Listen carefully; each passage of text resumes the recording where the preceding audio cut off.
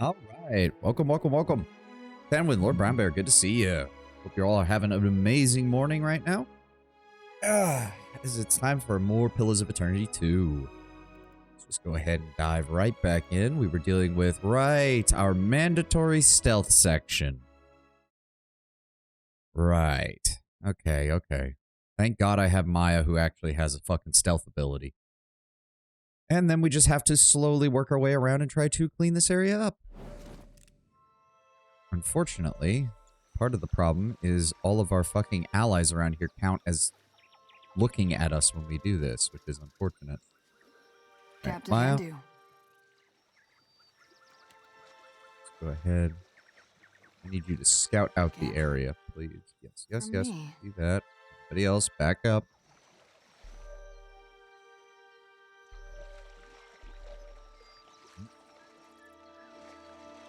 Okay.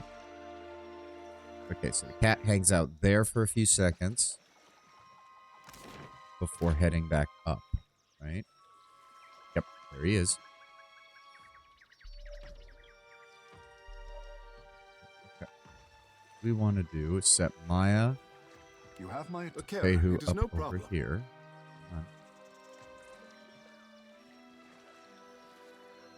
Captain. Okay. Tiger's moving around. Maya, head up. Can't hide. Oh, okay, no. There's no way past that. Sure hope Speak there's your no mind, tree up at there, your because service. there's no way in fucking hell we're getting past Speak 3 your of mind. those things. I don't mind seeing Maya back up. Oh, ha, Lord Brown Bear. Hearing her talk, though. She's not that bad. She's gotten better since we've actually finished up her original quest, and she's not being quite as caustic. Okay, so there's got to be another tree around here. Guessing there's a lot of branches over here. I'm assuming there's one over this way. Okay. Speak freely. This area seems relatively secure. Maya, Not a problem, I need Captain. you to start scouting again.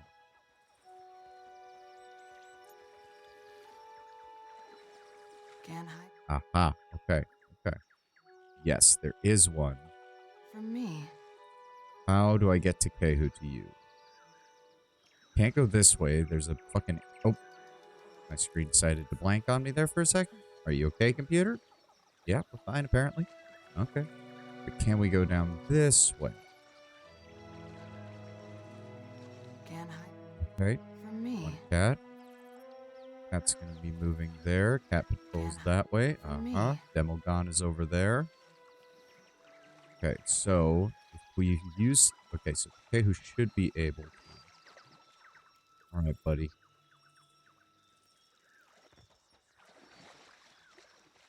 Okay, so it stops right there. Yes, Captain. Next time, a challenge.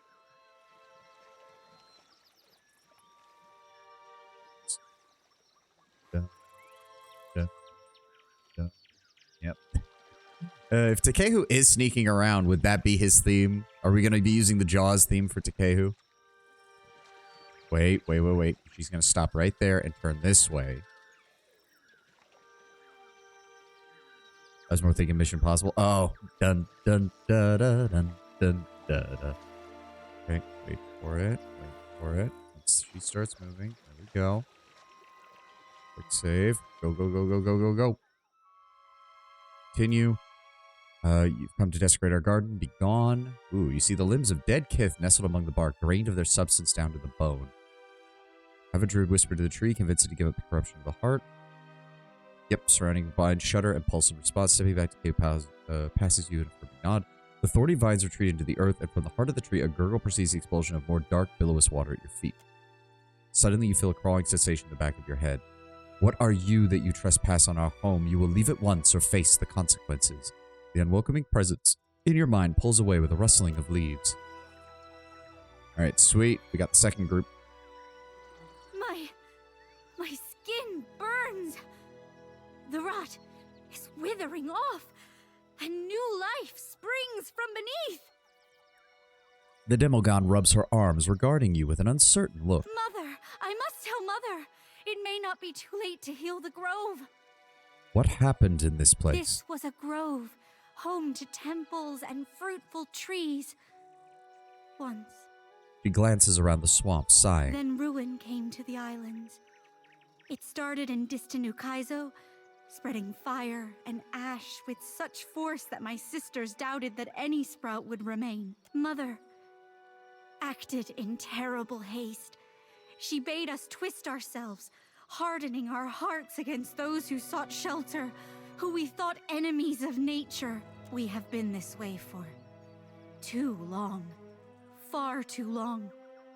You spoke of Ukaizo. Do you know where that is? The golden disc in the center of the ruin. Have you not seen it already? She glances off towards the jungle. The ancient ones used it in times of crisis to orient their path home. It may give you the bearing you seek. Is your mother the one shouting in my thoughts? Does she whisper to you as well? Then she must hate and fear you in equal measure. The Demogon looks you up and down, nodding to herself. You bring change, outsider, fair or foul. This is the one thing she cannot tolerate. How did you become this way? Our mother, the rotted one. She blighted herself to fight against the cataclysm that rent the Deadfire. Those of us who sprouted from her seed, who shared her soil, followed soon after. Cataclysm? Madam, that would have been thousands of years ago. I mean, we've never seen any indication that the Demogon aged, Takehu. Perhaps we see time differently?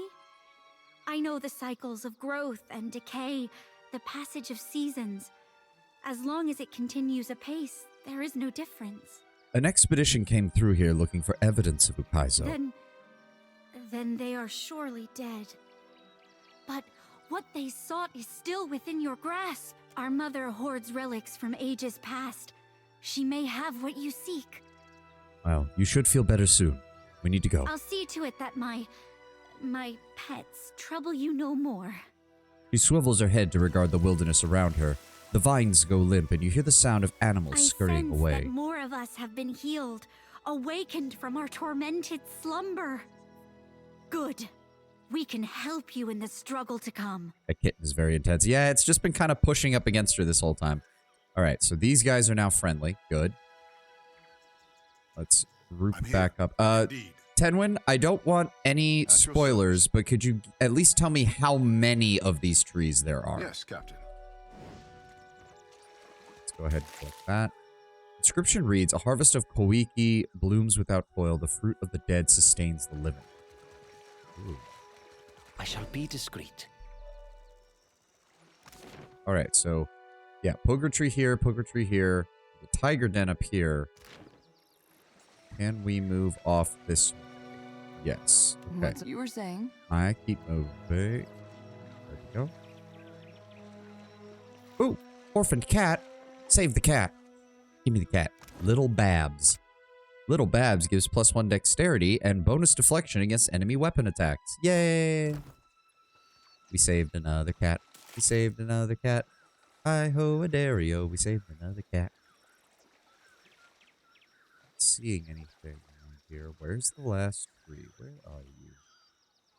Okay, it is clear up to here. Yes? So we're going to grab the rest of the group I and shall. move them up to here. I'm listening. Can hide Ooh, that's a Pogrom. Okay, that's from a Pogrom. me. Oh, the tree's right there. Oh, okay. Takehu, I need you to dive that tree. Get ready. Get up here. Before she comes back. Come on. There we go. Its roots bulge with seeping pustules and the consistency of diseased flesh. Our garden will heal over any wounds you inflict, outsider. We have endured the long festering winter and can outlast you. A feeling of age and deep sorrow permeates the voice in your head. It flutters back to the jungle before you learn anything else. Go ahead, Takehu, do your fucking thing. Yep, whispering and caressing the bark with care, surrounding vines. Shudder and pulse in response, stepping back. Yep. Gurgling of forth of dark billows earth, same description. We see you in there, watcher. Urgent, hateful, whispering echoes in your head. Wonder what it would be like to be angry and violent PoE 1, but then more chill in PoE 2. I mean, there haven't been too many, like, carryovers of actual, like, choices. They have referenced some things that we did. So I have to imagine maybe there would be some things that would just be very hard to do, given that if you choose more aggressive options in the first game, and then when it does show up in the second game, it'd be very rare. Did we get her? There we go. Pop. Back to normal. No. I was strong. I was so very hungry, but pleased. Yes. The Demogon glares at Mother you. will destroy you, outsider.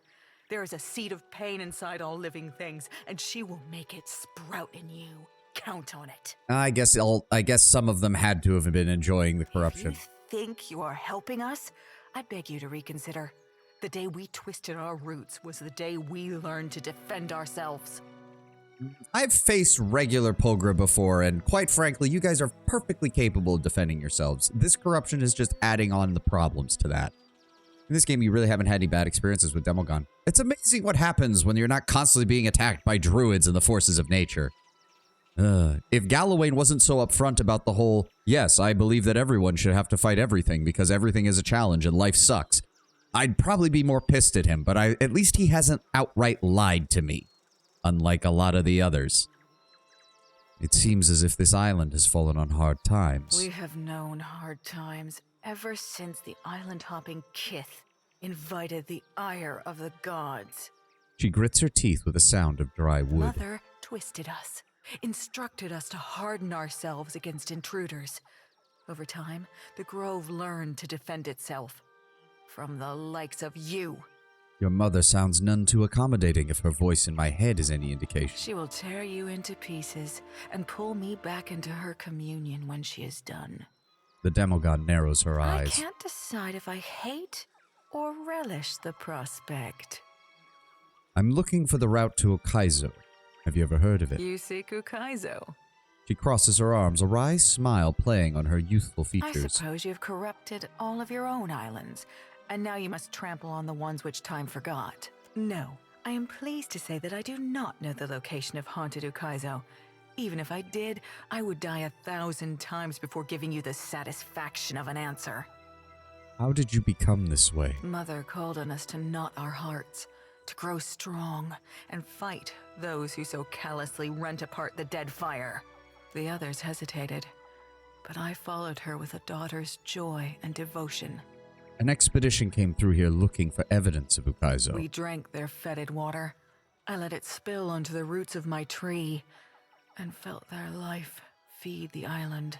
She sighs, her shoulders drooping. That isn't what you wanted to hear, and I delight in the telling of it. I think this historian item from Blacksmith was destined to want to give an end of ruining a forest. He didn't ruin the forest, but his constant interruption of her did cause her stress, and he didn't realize what he was doing.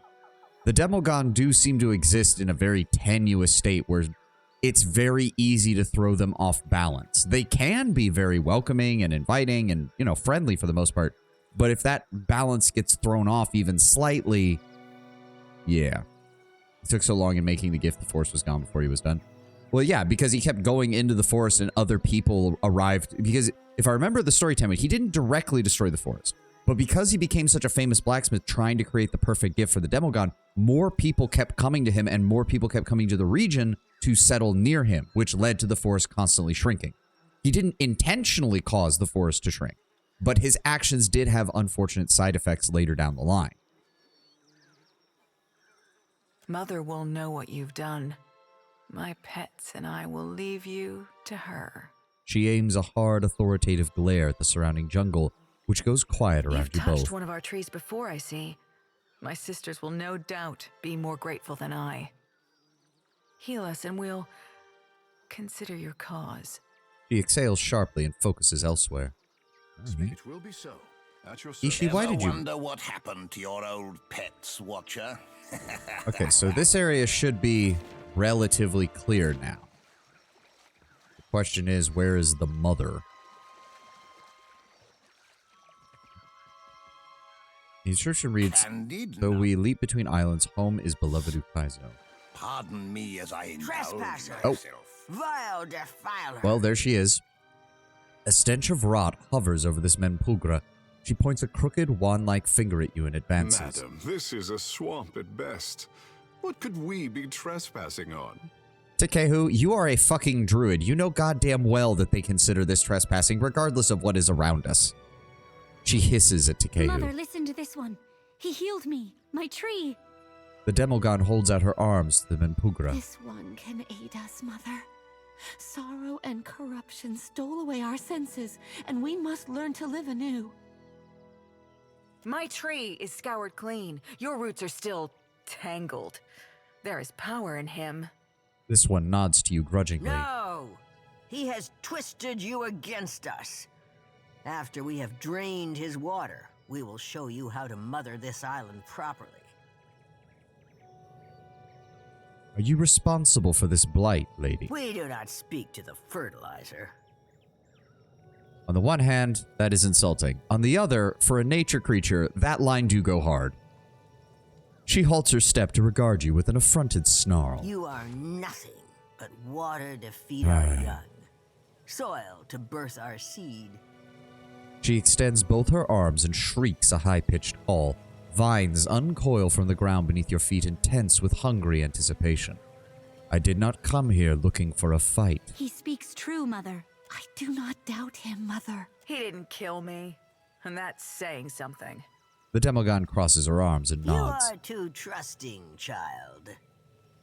She narrows her eyes on the Demogon before gesturing for you to speak with an open claw. Your lands have been blighted.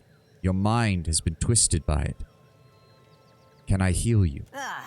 You are blind to the harmony of our grove, Outlander. We are perfection. You are the only infestation here. A black beetle crawls from her leering jaws and into the tangled mess of her hair. Wow, the diplomacy here is a 2. The diplomacy check is a 2, although I imagine that's because we didn't kill any of the creatures around here. I imagine this would be much higher, if not non-existent, if we did. You forget yourself. This island has a wrongness to it. It needs to be set right. She bares her teeth and takes a combative step closer to you. Her foot sinks into the mud and she pries it with a wet, sucking sound from the earth. She stops and blinks, looking down at the rotted earth. We look out on our garden and see green, bounty, life. The oldest cycle made healthy after the blight of Ukaizo's fall. Is this not so? She squints, taking in her surroundings without knowing where to settle her gaze. Perhaps once, dear lady, but not any longer. She snarls, drawing her hand across her mouth and wiping a line of sap away. This brackish water. I have rooted here for centuries, and I recognize nothing. Her spindly arms fall to her side with the sound of splintering wood. Do not the Demogon unless you want splinters in places. Yeah, I'm gonna have to agree with that. The grove does not die. No, it lives in death. Unlike dryads and some other things, not a good idea. Do not fuck the Unfallen either. Although, well, that is some size difference that I do not think is reconcilable there, Tenwen. You showed me the picture of how big the Unfallen are. Like, even their fairly small versions of themselves are like 40 feet fucking tall.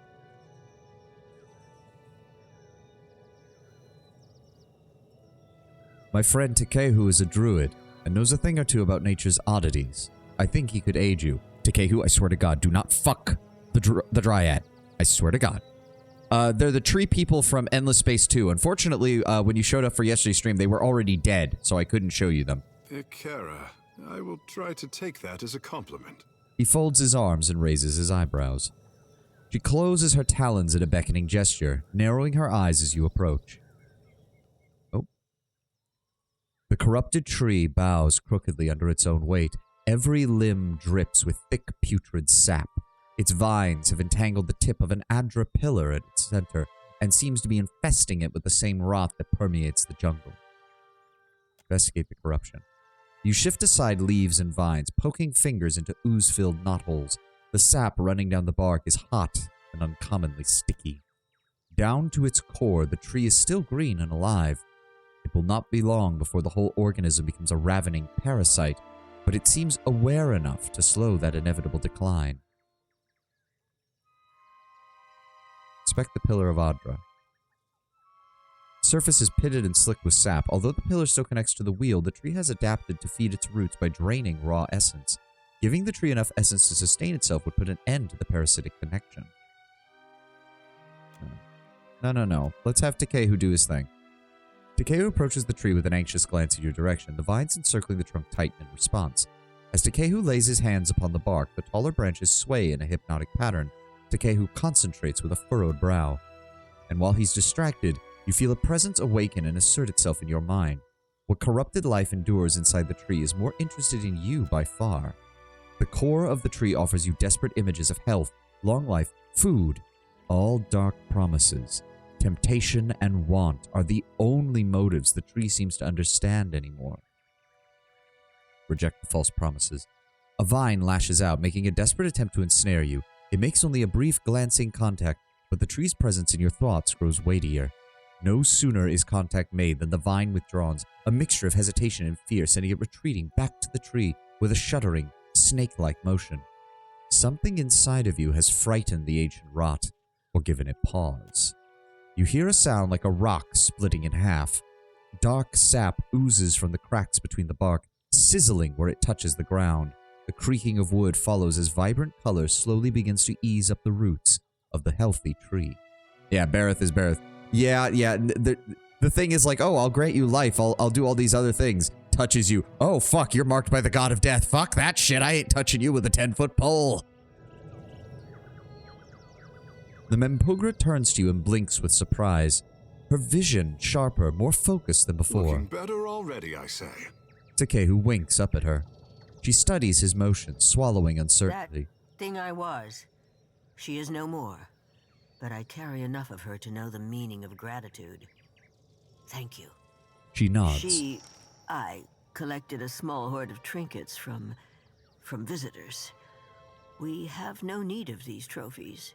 She gestures to the hollow of her tree, squinting at the bark as she struggles to recognize her own surroundings.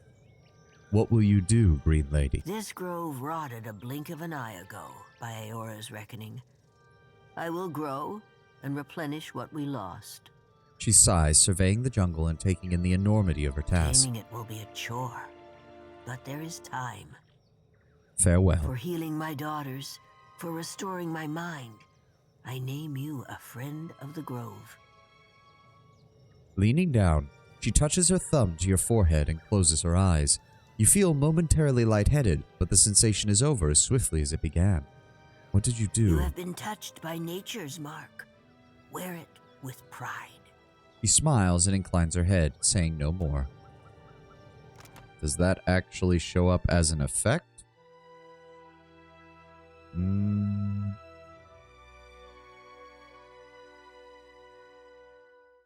This buff is a bit weak. It essentially just impacts interactions with other Demogon. Oh. I mean, okay. I also wish I had any way of finding the damn thing, because I'm not seeing anything on here. Yep. Not seeing anything. Nope. Does it show up here? Nope. Yours to command. The pleasure is mine. Well, it'll just be RP related. Well, here's hoping we actually get a chance to use it. Oh, Narian's Ward. Medium shield, one-handed. Incoming weapon damage is reduced as health is lost for a maximum of 15% damage reduction. Nice. This round shield was crafted by Orvin, an Adiran blacksmith, after his son Narian informed him of his decision to leave home to follow life adventuring.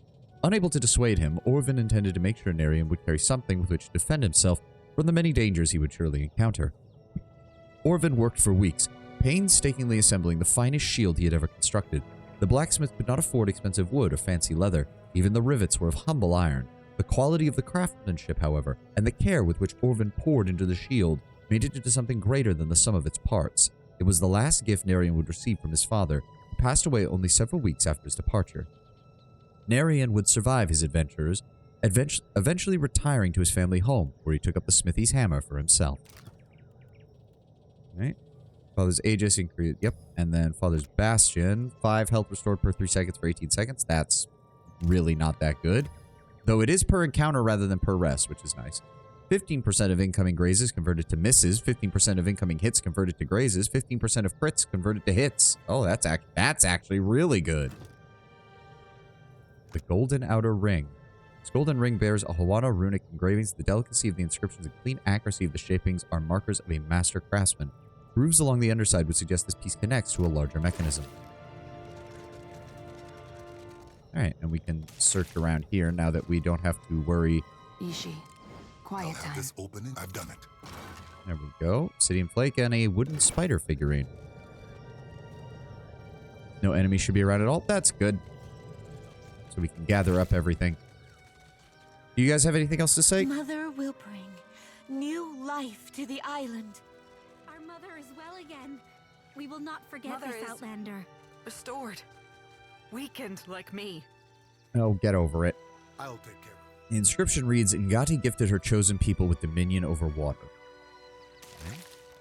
Interesting, though, that every other depiction of Ngati has been the fish head. This is the first one that's given any reference to her in a direct religious context while having a still relatively... Oh, I guess a Mauen is probably correct. I was going to say human-like face, but a Mauen face is probably more correct. Okay, what do you say? The inscription reads, It is the charge of all living things to safeguard Adra. The gods will know us by our fealty to this covenant. Interesting. Okay, these guys don't mind us being up here. Exceptional pistol and the golden inner ring. The surface of this golden ring is engraved with a series of elaborate Hawana runes. Yep, exact same description as the other one.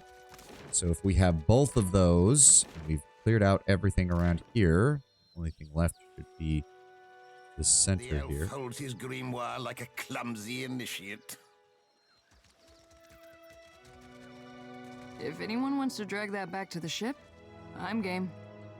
I don't think that's a good idea. Why can I... There we go.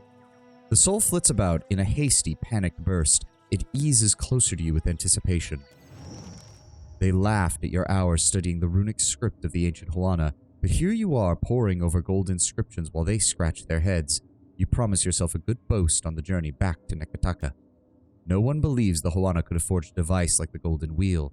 You stay silent on the matter. The Nguithans built more for function than beauty, and this is art.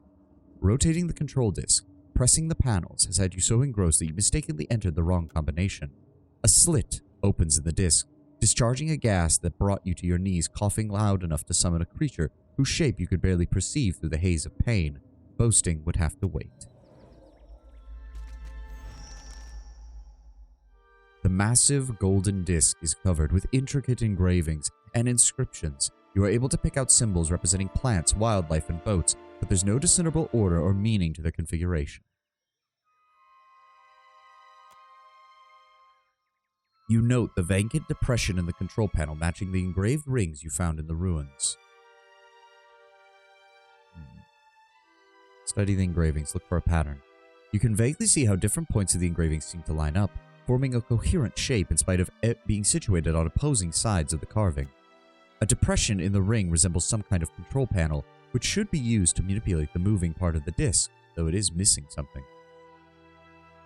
Read the main inscription.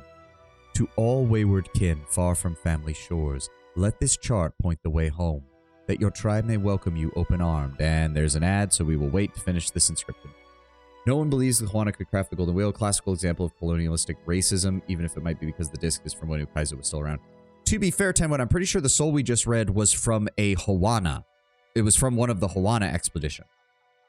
7, 8, 9, 10, 11, 12, 13, 14, 15, 16, 17, 18, 19, 20, 21, 22, 23, 24, 25, 26, 27, 8, 9, 30. Because it is... And to be fair, it's also just a case of, yeah, I mean, you are correct. It's the same thing when you get some people being like, oh my god, the pyramid's so big, they must have been aliens. It's just about the stupidest thing I could possibly imagine. 4, 5, 6, 7, 8, 9, 10, 11, 12, 13, 14, 15, 16, 17, 18, 19, 20, 21, 22, 23, 24, 25, 26, 27, 28, 29, 30. All right, there we go. Just my hand exercises. Ugh. As someone who likes classical and ancient history, yeah, every time I hear one of the ancient aliens theories, I just about want to brutally hurt somebody. Is it because with the pyramids and they realized, holy shit, this was not worth it? I mean, people forget there was a cultural shift as well. People talk about the pyramids and be like, oh, wow, all these pyramids, and they were all built. It's like, no. Most of these tombs were built over the course of 2,500 years. You do not comprehend the time scale we are working on. This wasn't, oh, one king built a pyramid and then one king built a pyramid. This was, these kings built these kinds of style pyramids. Then these kings built larger pyramids. Then these kings built larger tombs. Then these kings built the Great Pyramids at Giza. And then, if I remember correctly, the old dynasties collapsed and the middle dynasties went, wow, that was a waste of fucking resources. Let's keep building tombs, but maybe not make them that fucking big. And I peaked my mic there. Sorry. You get what I'm saying, though. Playing D&D game with someone who believes in aliens. He has the gravitas of someone who would believe in aliens. Yeah. Yeah, no. Believing in aliens, to be fair, Lord Bradbar, believing in aliens, that's one thing. Even believing that aliens might have visited us and looked around a bit, that's another. Believing that they're responsible for some of the great architectural works of the world is, frankly, insulting to the human species, in my opinion. Ahem.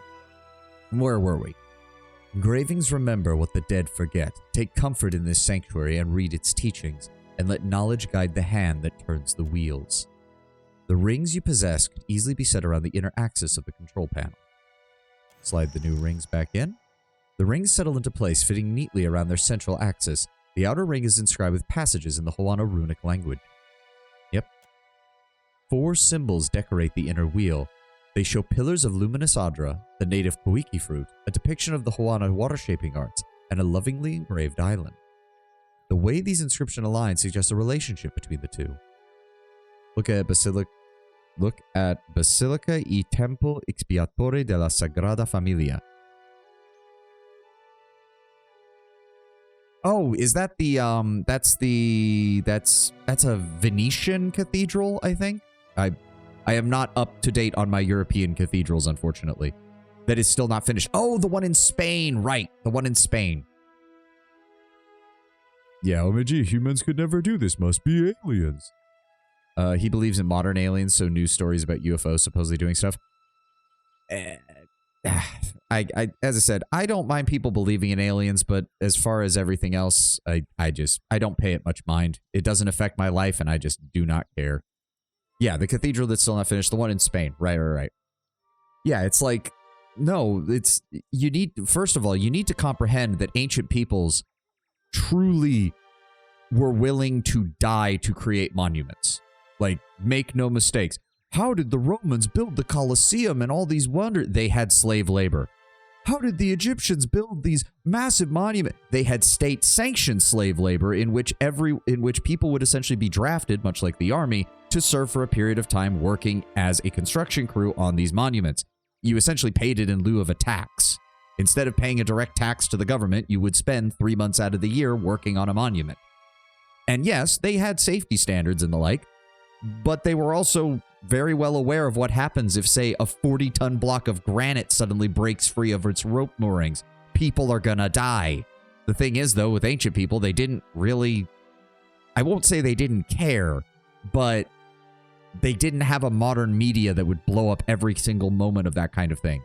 And, given the fact that some of these monuments took decades to build, a few deaths here and there was frankly seen as normal.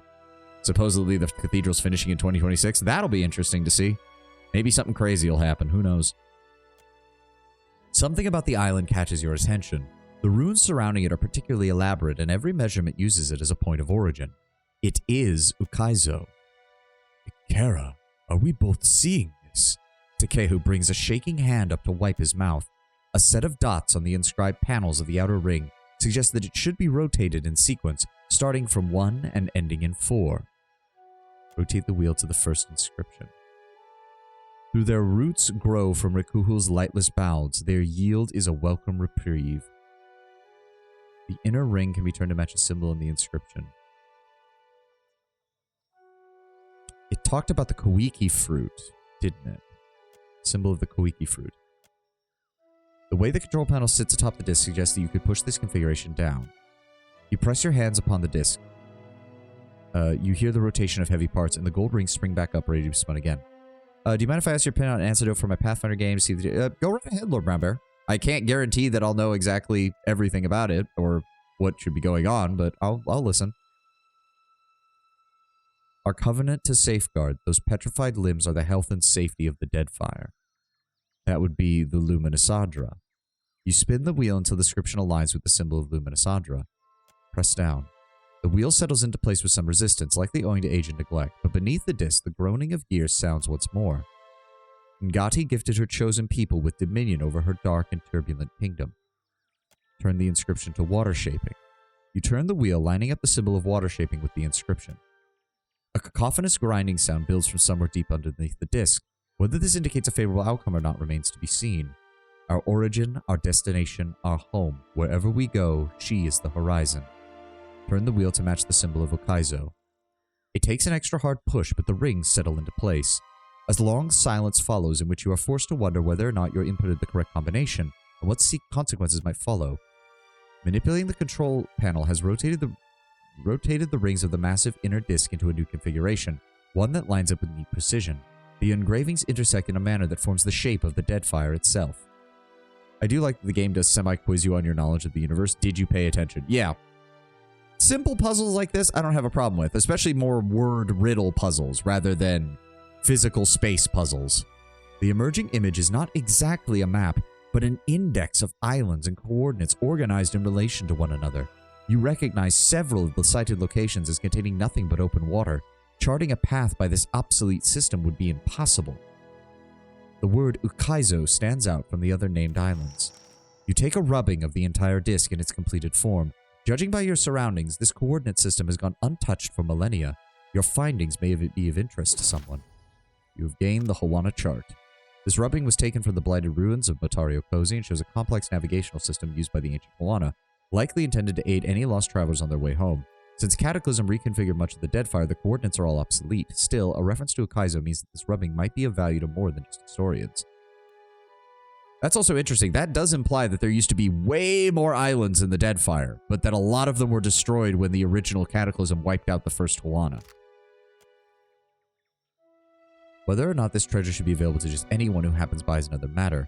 The gold rings are resolutely locked in place. No, I will not destroy such knowledge. So I play a Mesmerist, a psychic spellcaster that can cast spells without verbal somatic components. Yes, I'm aware of the Mesmerists. They're the psionic equivalent of like wizards, sorcerers, clerics, 9th level spellcasters, basically. They can get all the way up to the max. Earlier in the campaign, I found an object that was a missing heirloom of a noble family. This is Cheliac, so any active nobility are composed of ruthless Diablos. Yep, they're the nation that fell into Asmodeus worship, if I recall. Had a bitch of a time just getting to meet the guy. I had to charm one of his factotums just to get a meetup. But he was interested in the heirloom I found possibly belonging to his son, who had died to a manicore. Now that's psychics. Mesmerists are more like psychic bards up to level 6. Oh, okay, my bad. My bad. I was not fully aware of all of the psychic classes. My apologies. My favorite was always Soul Knife, which is kind of silly. You have only delayed your death.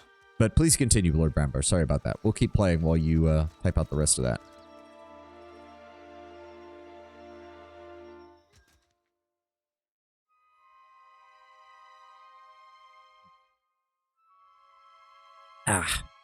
Okay.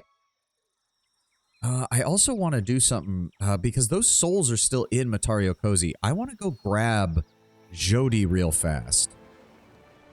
No. Don't do that. Go ahead and drop Aloth real fast. Go ahead and grab Jody. Can we? No. Wait. Are you coming towards me? What? Hold on. Were you coming towards me? You are. Oh, dear. Sailing offers a welcome reprieve from Matario Cozy until the silhouette of an advancing ship grows clearer on the horizon. The wind turns against you as the pursuer, a well-equipped Rotaian junk, closes the distance handedly, the flag of the Royal Deadfire Company waving proudly.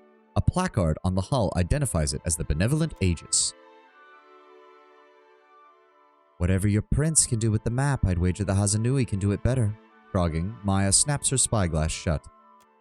A loud percussion followed by a splash of water announces a cannonball fired across your bow. Stand down and prepare for inspection. A commanding voice bellows over the turbulent crashing of the waves. So use my mesmerist gaze, which has a clause that can cause people to forget I use it on them. Thus, they have no proof I did it. But it does set off a magic item on his person that warned him he was under a mind effect. Now, I, the player, had no way of knowing this, but I don't think it's undue that it happened. However, the only result of the interaction was me being thrown out of my ass after putting in so much effort after getting the meeting. You didn't know he had it, but as a high-ranking noble of Cheliax, especially Cheliax of all places, it really makes sense that he would have something like that, and his immediate response would be to throw you out. Honestly, as a noble in Cheliax, I mean, how well known is your adventurer, Lord Brownbear? Like, is he fairly well known in Cheliax? Like, oh yeah, we know that guy. He works for us. He's pretty good. We work with him. That might have been the only thing that saved you from him immediately calling the fucking Hell Knights on your ass. Because they're usually not very forgiving in Cheliax.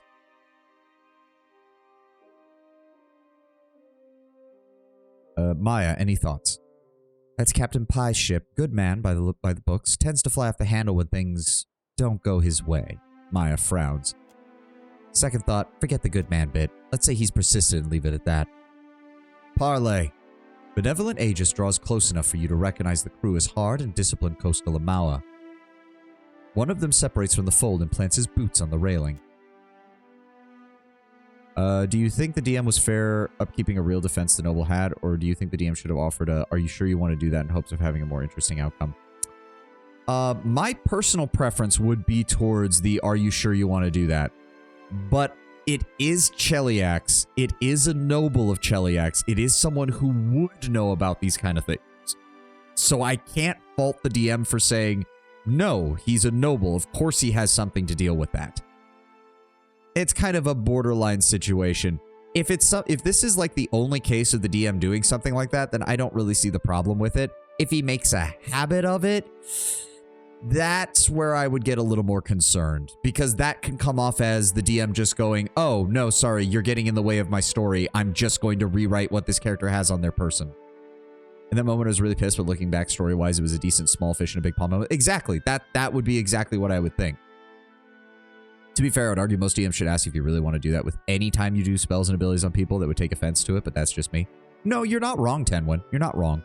It's just in this particular case, it's Cheliax, it's Diablerism, it's Asmodeus worship, and he's a noble of all of that. That's really something where it's like, if anyone's going to have a countermeasure to what you're doing, Lord Brownbear, it's going to be a guy like that. It really is.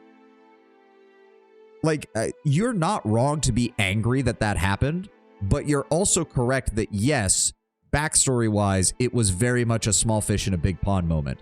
And I think, again, the DM did it in a way that didn't end with insanity. Because, again, this is Cheliax.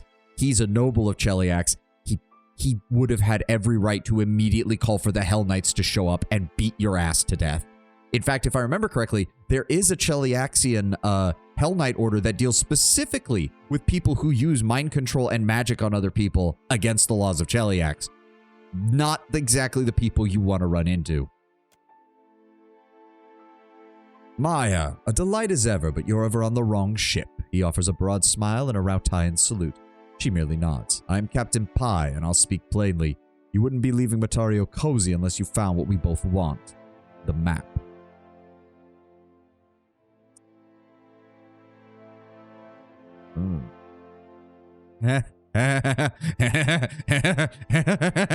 Oh, I'm kind of fucking tempted.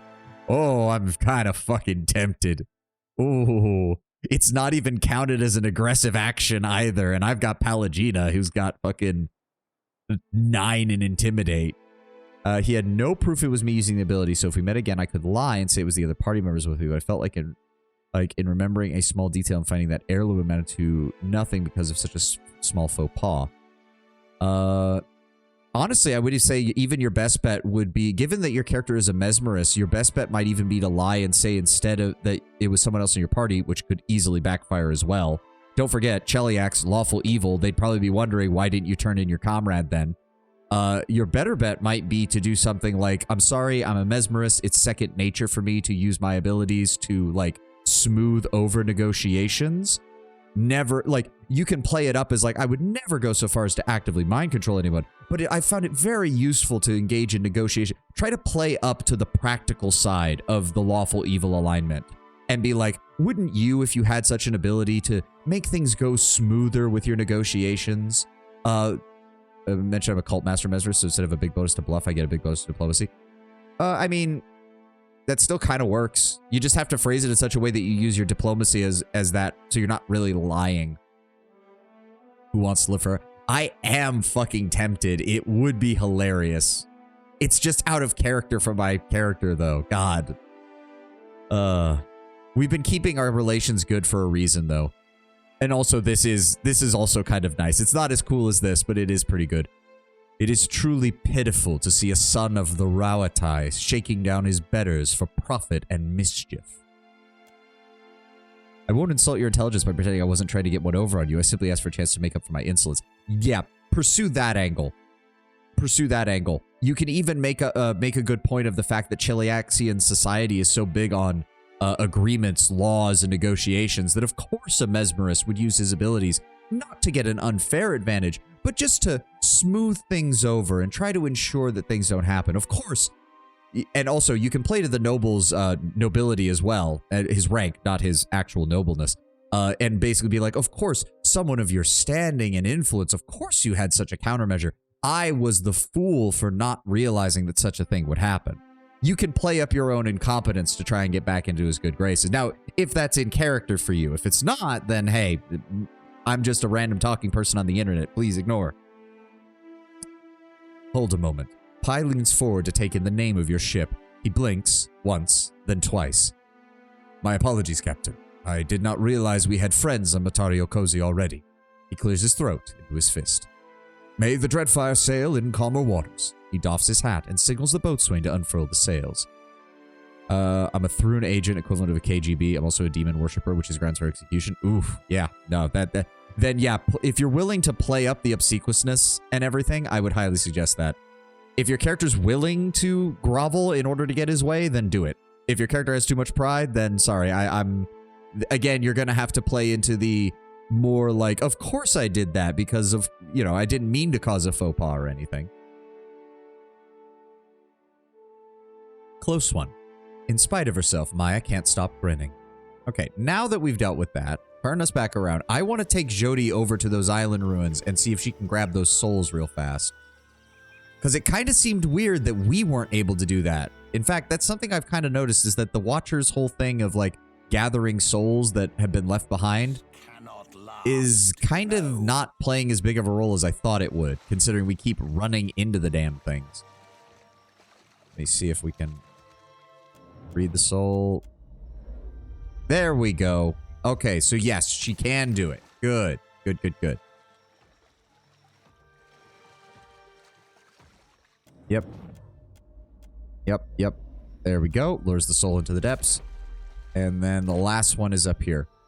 Damn, this is actually making me worry that I've left souls behind in other places because I haven't brought Jody on everything. Next time, I will secure a body that lasts. Also, speaking of which, Jody, let's go ahead and get you leveled up. Thank you. You have one ability. Oh, this is level 20. What do we want? Shouldn't the souls follow you? I mean, they should have. That's why I was kind of weird that they didn't. Plan on apologizing and returning his town to him after I've planted shapeshifters into the town's leadership. I mean, fair enough. Blessing to Whale is quite strong. That's the... Let's see here. Blinded for 8 seconds. Accuracy versus fortitude. The problem is we have so many abilities that do that. But I guess the +5 defenses... The +5 to all defenses is pretty good. Strikes one under the deity's protection may become blinded. It's just a question of, is there anything else?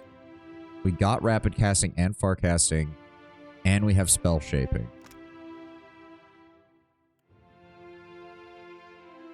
That's a regular AoE, so that doesn't do me much good. Reducing power levels significantly. This reduces the strength of all spells and abilities. That's not bad either, but again, targets fortitude. Everything targets fortitude, and most of the world bosses we've seen have, even just regular bosses we've seen, have fortitude saves out the ass. Blinded, -5 perception, +50% recovery time, automatically flanked, -10 accuracy, -50% range, immunity to gaze attacks, cannot use gaze abilities. I mean, yeah, it's still probably the best choice, all things considered. She's got her additional fire damage. She's got that. Can't really think of anything else I want to give her. So, not a bad decision. Yeah, we'll grab the Blessing of Whale. And I don't fucking know. The weapon proficiency is still so fucking weird to me. She's got daggers. She's got small shields. There's, I guess, stilettos. Fine. There we go. There we go. All right, and then we grab the last one. Yep. All right, good. Now we can leave.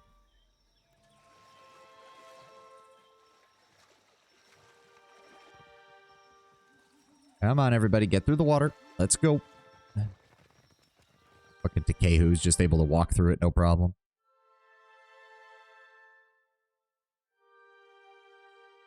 All right. You only have like 2 to 3 islands last I checked. That we have explored. Yes, there's this whole section, which I'm assuming Ukaizo is somewhere back here. We did do these, so this is all done. Everything down here is done. Everything south of, like, this line is done. So all that's left is Vampire's Crypt and this place. The Outcast Respite. We did Junvik. Nope, we did Kopos Fang. The Crystal Desert, so up here, the Crystal Desert. 1, 2... No. Hold on. 1, 2, 3. And then... 4. The Briny Grotto, which we did not touch. And then... Corroded Wasteland, 5. There are 5 locations that we have not dealt with. Bedbow Forest is the one that you want to visit on the 16th of a month. Ah, okay. Well, it is the 12th.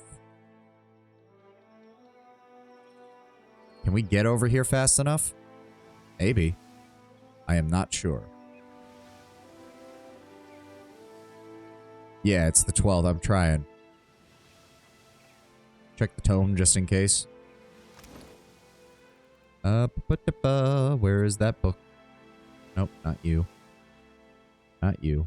Where is it? Oh god, there's so many things. There we go. Cult of the Sanguine Harvest. I was one to explain the disappearance of Issicanth around the 16th of each month. On the 16th of every month. Yep. Chooses one unlucky captive to kneel before their altar, become fodder for a couple of vampires. Yep. To what end the Grand Harvester then puts that sword is unknown. Yep, 16th. Alright.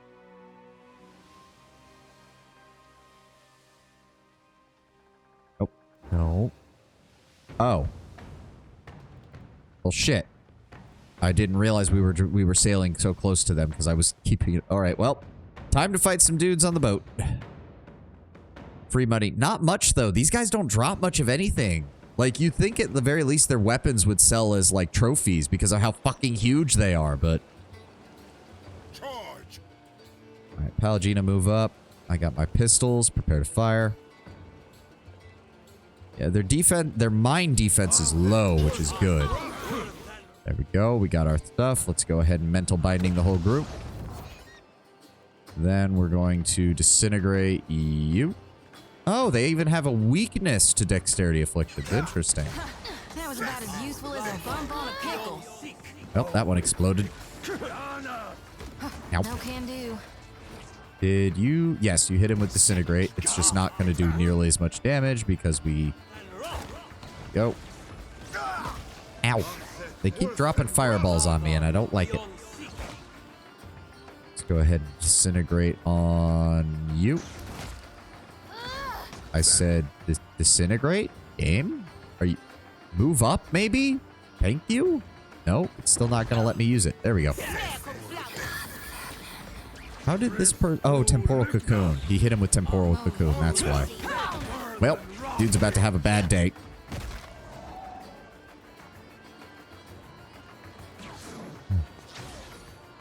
Yeah, see, they don't... I mean, they drop some. The brass tails are worth 1. The copper alds are worth 2. The golden obols are worth a little bit, I guess, but... They mainly just drop primal fire and a few other crafting reagents. Triumph of the Fall Soon. The personal triumph of Luvada, captain of the Fall Soon. Wait, that one was actually... Like, that one actually gave me that? Okay, that's... That one did not happen last time. Okay, are we... Okay, we're gonna have to... Alright. We're gonna have to actually evade around these guys, because I don't want that to repeat over and over again. Alright, there we go. Should be almost past them. There they are. Might be able to... We should be able to make that by the 16th.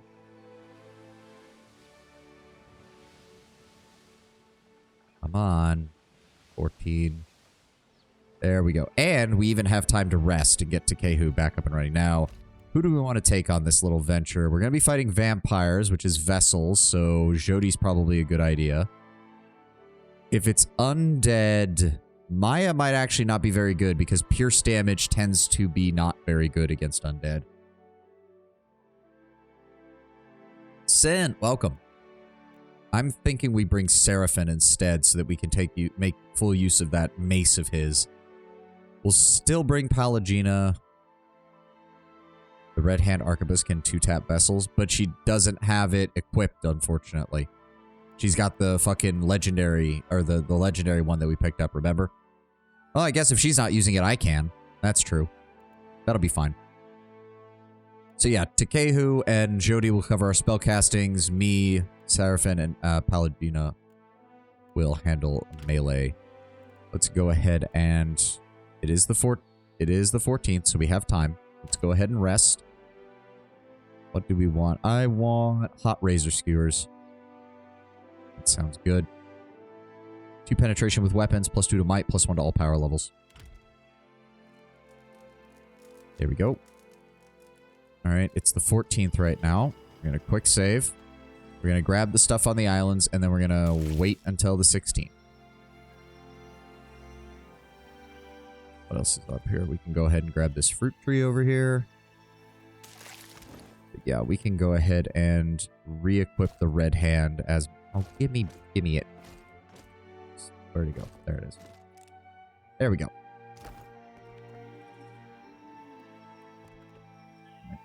Now we just wait for the 16th.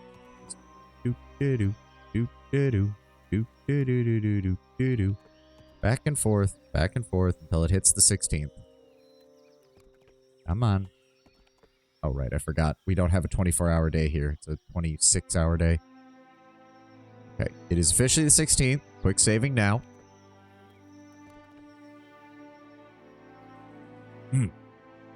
There we go.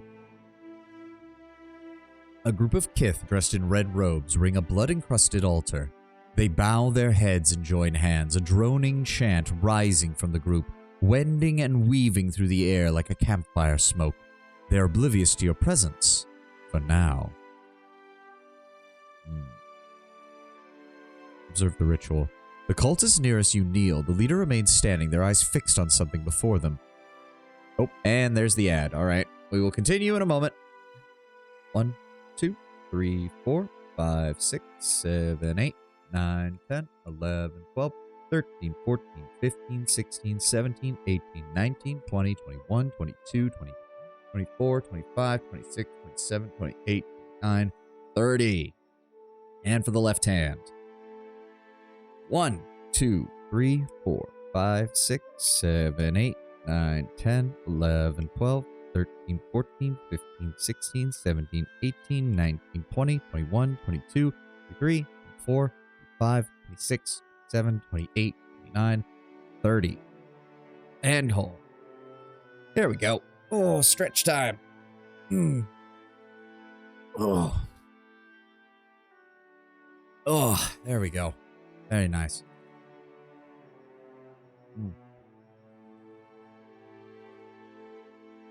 All right, Twitch, finish up, please. That would be great.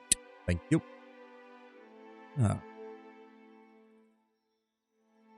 But,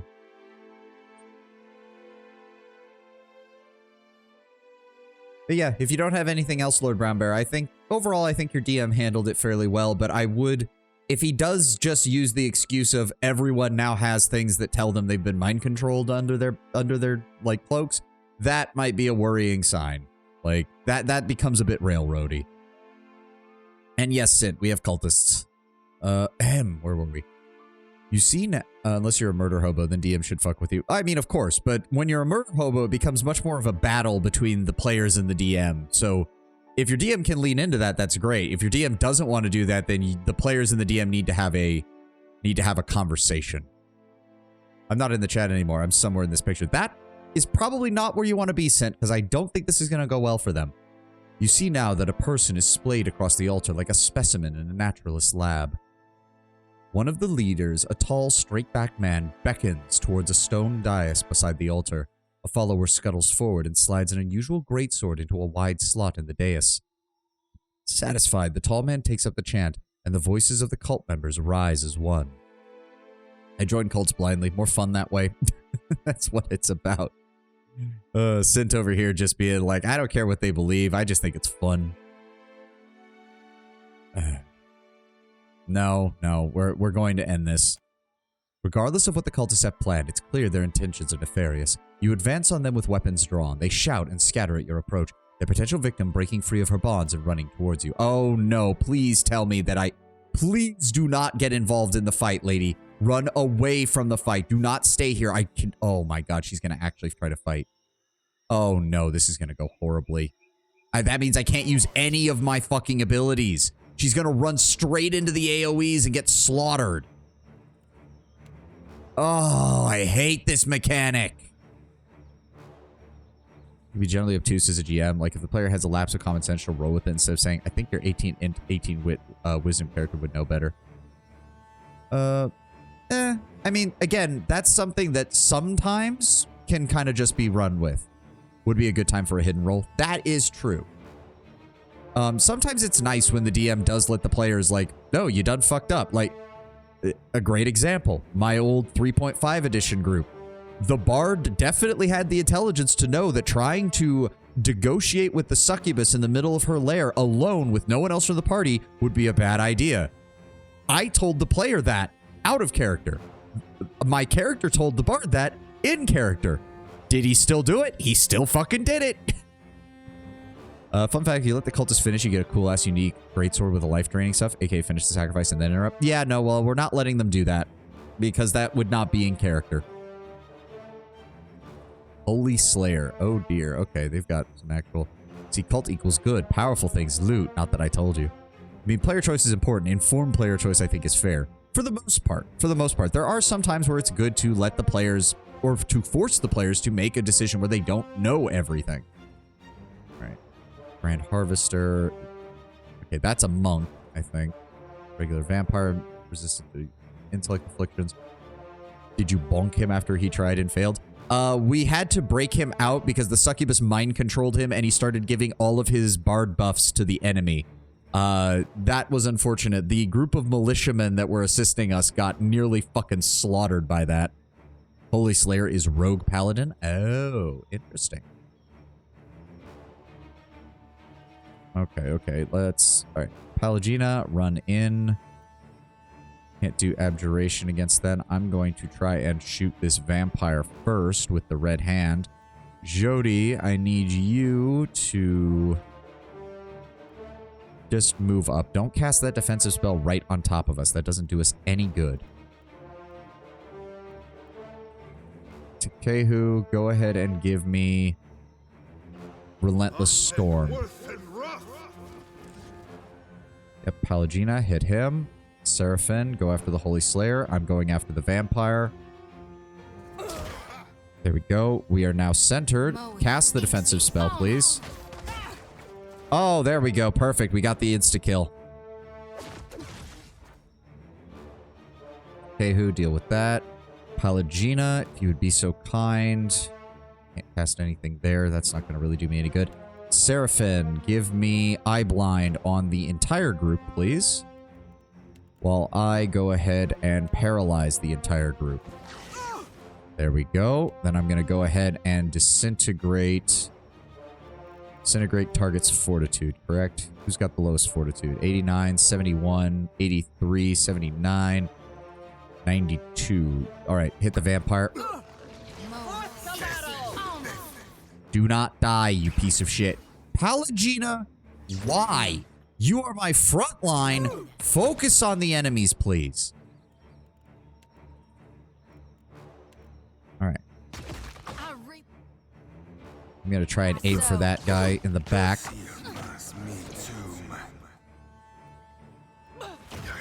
Ow! Okay, they're fucking... Jesus Christ. Can't use that. Use Moonwell, center it on here. I'm going to go ahead and give Takehu a heal. There we go. Right, fucking... No, why are you moving? What? There's no point. If you do that, you die because they fucking get the disengagement attack. Stop doing that, Takehu. I'll be more than half-handy, right? Take you. There we go. All right, and we're just going to disintegrate you immediately. Well, actually, we've got the empowered ability. Go ahead with that. Seraphine, come down here and assist. There we go. Nice. And they're down. Very nice. Like, attacking the king, you don't need it in 4 players. That old bastard tricked me. I feel like the god's own fool. That voice sounds weird. Otter fidgets with a well-worn bracelet around her wrist, her eyes unfocused and distant. I left my Whiffreth, my home, my life. What do I do now? She turns round, frightened eyes on you, and hastily dashes away her tears. Raid Saren? I mean, yeah, but at the same time, it's Raid Saren-like, but also different. Also, that name, do we know a Whiffreth? Why does that name sound familiar?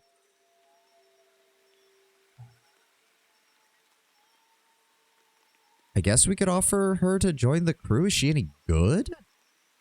Would you like to join my crew? I would be honored. I owe you my life, after all. It's the least I could do. I'll meet you back on the ship, Captain. Wilfrith. Beggar Whiffreth? Huh? Wait. Beggar Whiffreth? I don't remember. I straight up don't remember. They have some superb equipment. Okay. Take that. Nothing, like, out of the ordinary, though. And that's it. And Beggar Whiffreth, one of the Principe captains. Oh! We killed him, didn't we? Was expecting a bless your heart, darling, from that lady. Alright, well, that's dealt with. I guess that's it. To be fair, Tenwin, with the way you talked about the cult and the book and all that, I was expecting more. I was honestly expecting more. She is a worthless navigator. Because we already have a 4-star navigator, so she is not very useful. Oh, Baltia is a cannoneer. And she can get up to rank 4 because she only has stars in cannoneer. Oh, sweet. When we get back to Nekataka, we'll deal with that. I guess we'll check out the crypt now. Oh, in the distance you spy the entrance to a cave sunken into a hillside, barely hidden behind the stunted, shriveled trunks of leafless trees. As you approach the cave, something snaps beneath your boot. You look down expecting a stick and find the splintered remains of ancient bones. You see the ground before the cave with new eyes. Where you first thought were branches are actually bones, half buried in the dirt, others piled in drifts, many bleached white with age. This cult is very easy to miss. Not many people are eager to wait for days for it to be the 16th. Fair enough. You linger at the entrance to the cave. The passage beyond extends into pitch black darkness. It reeks of death and decay. Please don't let this be a world boss. I know I made the joke in the stream title, but I don't want to actually encounter the world bosses just yet. I've already had one experience with those, and it's a pain in the ass. Also, yes, this is a disturbing amount of fucking bodies. Oh, Jesus. The Mountain of Bones is all that remains of thousands of people who have died in this cave. Jesus Christ. This is going to be a world boss, isn't it? I'm not... Oh. Ancient vampire. Look. Multiple ancient vampires. How did that many Kith even find their way here? Well, from the sound of it, This is the actual cave that the cult operated out of, and they kill one person on the 16th of every month. And as far as we can tell, they've been operating in the Deadfire for hundreds, if not thousands of years. Tell at once, Gav. Okay. Oh, dear. Yeah, we're not gonna... Okay. Okay, we've got the gun out and ready. All right, I think I know what we need to do. Go ahead and give me a Maelstrom centered right there. Go ahead and give me a... Where is it? Nope, you can't reach that far. Holy Fire. Centered right. Hold on, can I... Alright, so it lines up right about there. So I want mine to be right about there.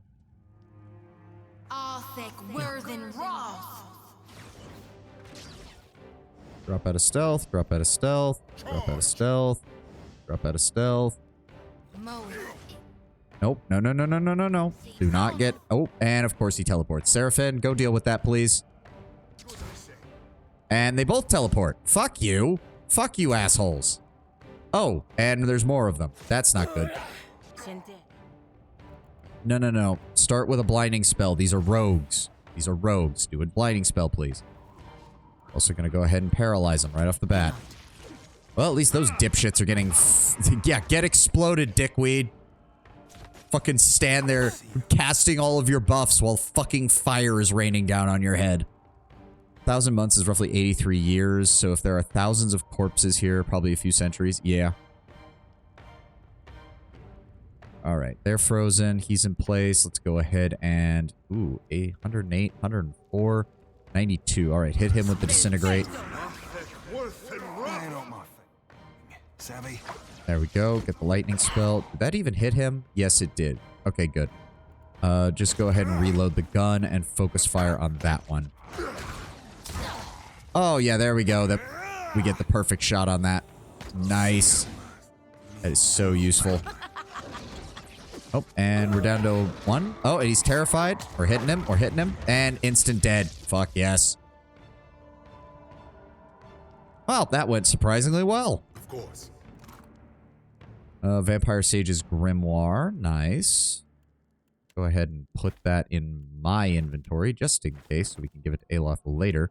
Ugh, Kith meat. Fuck you. At this point, you shouldn't have that much of a problem. I know, but there are enemies out there that... I'm also worried about the DLCs, as I should be, because the DLCs tend to be very hard. Atrid, Audra, and Recitatus Wards. These are the same shits we saw at the bottom of Caed Nua. So these were in Gwithan vampires. Ooh, the Gift Bearer's Cloth. +1 to quick item weapon slots, +1 to weapon slots, +5 to all defenses except deflection, but increases with the history skill. Interesting. Humble Bolt of Fabric served as a traveling cape for one of Andra's gift bearers. Though plain, there is more to it than meets the eye. It is lined with hidden folds and pockets, all the better to safeguard items of memory for pilgrimage to the sea. You react to challenging combat encounters, you will not enjoy Seeker, Slayer, Survivor. Well, we will see how it goes. And that's it. That's all that was in here. Wow, the Cave of Threshing. All right. When the wheel has ground you all to dust, only I will rip. Shut up, Console Hot. I swear to God, I will reduce you to dust if I get the chance. I know disintegration. It works.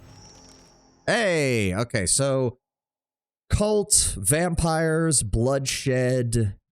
What do we want to call this? What do we want to call this? The Big Suck. Blood Peak. Ooh, Blood Peak's not bad.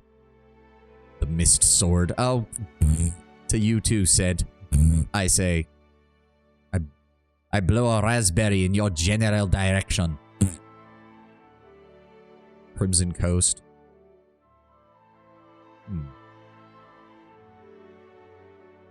Crimson Coast, Blood Peak. I like both of those. See, Crimson Coast, the problem is Crimson Coast doesn't sound like an island, is the problem. It sounds more like a part of an island. So I think Blood Peak might be good. Pile of Bones. Arr. I like Blood Peak. We'll go with that. Nice. Alright, that's one more island down. And that was not a world boss encounter, so that means there's still a bunch of them. There's still the one over here. Where was it? Shit, I don't remember where it was. Where the fuck was it? Where the fuck? Right, the Briny Grotto. I'll bet you anything that's a boss encounter. That has to be a world boss. It's too, like, that's just too perfect. There's no way that's not a world boss. So that would be 1. That would be 2. How many of these world bosses are there, Tenwin? 3? Briny Grotto is one of them, the wizard world boss. So we have a wizard. There's 4. Okay. And then we have our giant golem down here in the Corroded Wastelands. Then I'm going to guess Crystal Desert is 1. So that's 3. And then... maybe not this one, because there doesn't have a combat thing on it. So, you know what? We're going to go up here next. Where's the 4th one, then? Island in the southwest? Oh, you're right. Oh, wait. We never went to Splintered... Wait. Oh, shit. Shit. West?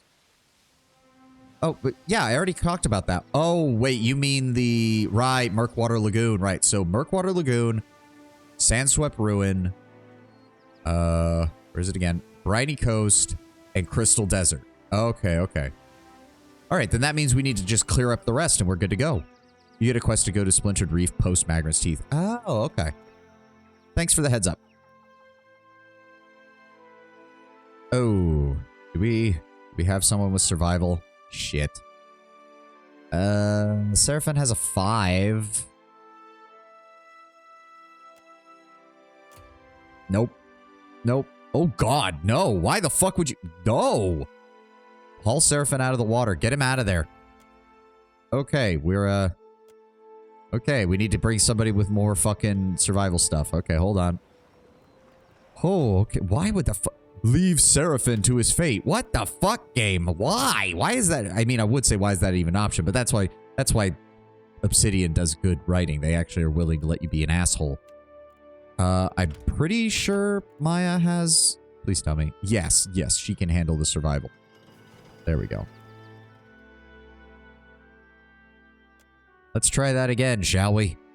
You trudge onward. Deep pits of water and sucking mud cover the ground everywhere you look, but Maya expertly guides you through the muck. Press on. The bog is still and silent and smells of rank decay. Stagnant waters host a many decades accumulation of dead plants and animals. A thick mist begins to roll across the water. Several hooded kith emerge silently from the fog, a herd of bog lurkers just behind. A large Amawan man at the head of a group draws his sword and points it at you. If you value your life, you will leave and never return. He peers hard into your face, almost daring you to challenge him.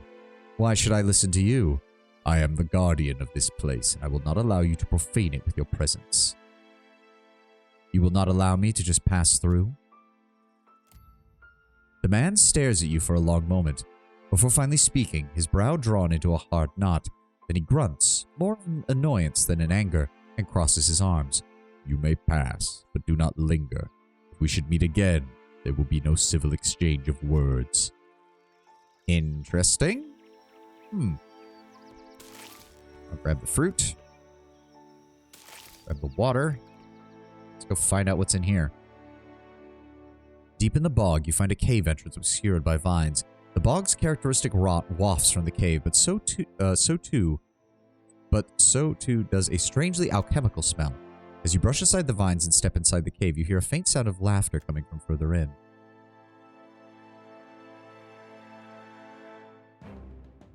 Oh. What? Okay, it's just starting us in combat. That sucks. What? Oh. Oh, okay. Bog Witch. Weak to... Okay, she's got berserkering abilities. One stands alone, so she's got that. She's got strong and fit from the abilities there. Okay, okay. We need to... Let me see here. Let's go ahead and shoot her first. Okay. Oh. Bog bat. Okay, that's fine. She does have a 120 in that. Let's go ahead and Borrowed Instinct to reduce her stats. Oh, that was not... which is Barbarian plus Cypher. Oh, you're right. You're right. Oh, well, that was way more worried about that than I probably should be. Huh. Fucking Bogbat. Alright, we done here? She had Superb Hive Armor, Superb Wand. Indeed. And... Oh. Oh, fuck me. Lesser Bogus, alright, just go ahead and engage that. It's immune to crush damage. That's not good. God damn it. Wrath of the Five Suns. Well, luckily they're not that strong. Let's go ahead and cast Disintegrate. Ishi, engage that. Why does your AI turn off?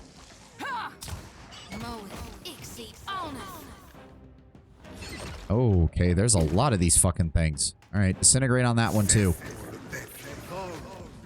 And he missed. God damn it.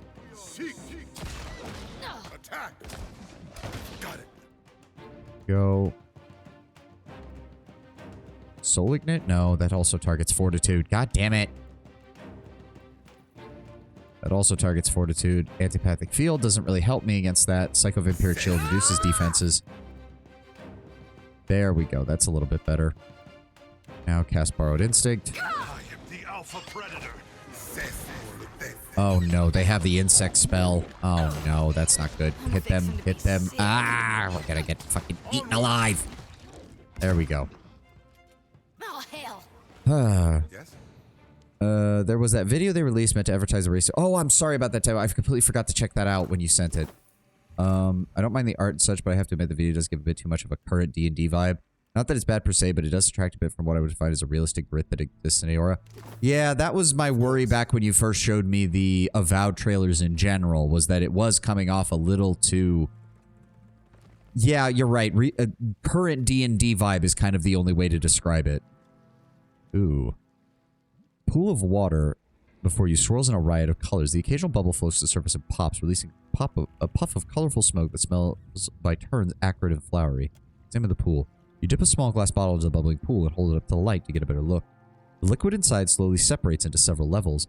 You surmise that the layers must be at different densities and thus must in fact be several distinct liquids. Done with D&D since they ruined my beloved tieflings. Yeah, I don't have a lot of faith in what Obsidian currently is. We'll see, Lord Brown Bear. I want to play Avowed on stream, but again, as I told Tenwin, I won't pull my punches. If the game is good and the world building's good, I'll praise it to all high heavens. But if the world building is bad and the story is bad and the gameplay is bad, I will play to the end of the main quest and then I will never look back. But the best way I would argue is that it's smooth, like, hey, we're all companions for justice. Yeah. Where it's like, that's not the vibe at all. Go play Pillars 1 and go tell me that the Glenfathans are and the Dear Woodens are all, yeah, like, no, that doesn't work. Nobody makes tieflings 99% devil in a current race and gets away with it. Yeah.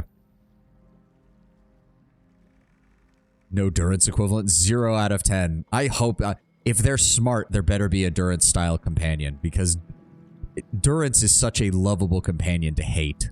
I love him and I hate him in equal measure. The fumes blur your vision and make your head spin. Yeah, we're not going to drink from that. At least not till we're done here and make sure that we don't have anything else to deal with. They actually had Durance pop up. It's an automatic 10 out of 10. That would be hilarious.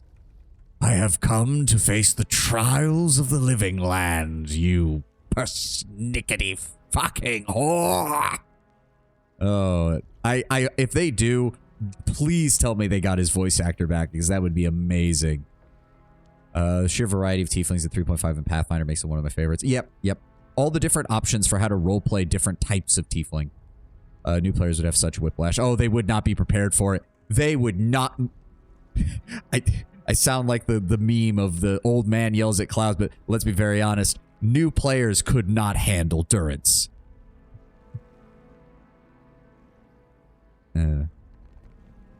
Also, what the fuck else is in here? Oh, more bog witches. Okay. Yeah. I see him. I see him. Para. Oh, you have a name. Interesting. Yeah. How many of you fuckers are there? Oh, okay. Bogbat and another bog witch. Damn. All right. No, I know how we can do this. He honestly seems like the type to not understand the appeal of having a racist, purging, contradictory companion that is Durance. Well, worse. They might make it worse by actively being like, see, Durance is bad. It's like, no, Durance is not bad. Durance is just an asshole of the highest degree. Hell, he's not even technically wrong. That's the worst part. Magranite philosophy is still somewhat correct in this universe. It's just that Magran herself, much like the rest of the gods, is a total cunt. How do we... Okay, I want to cast you right there. Everybody else back up. We want to draw them in.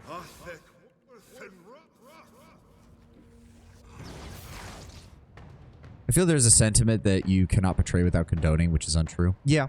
It's especially untrue for Durance, because Durance is the living embodiment of, I'm not racist. I hate every race equally, including my own.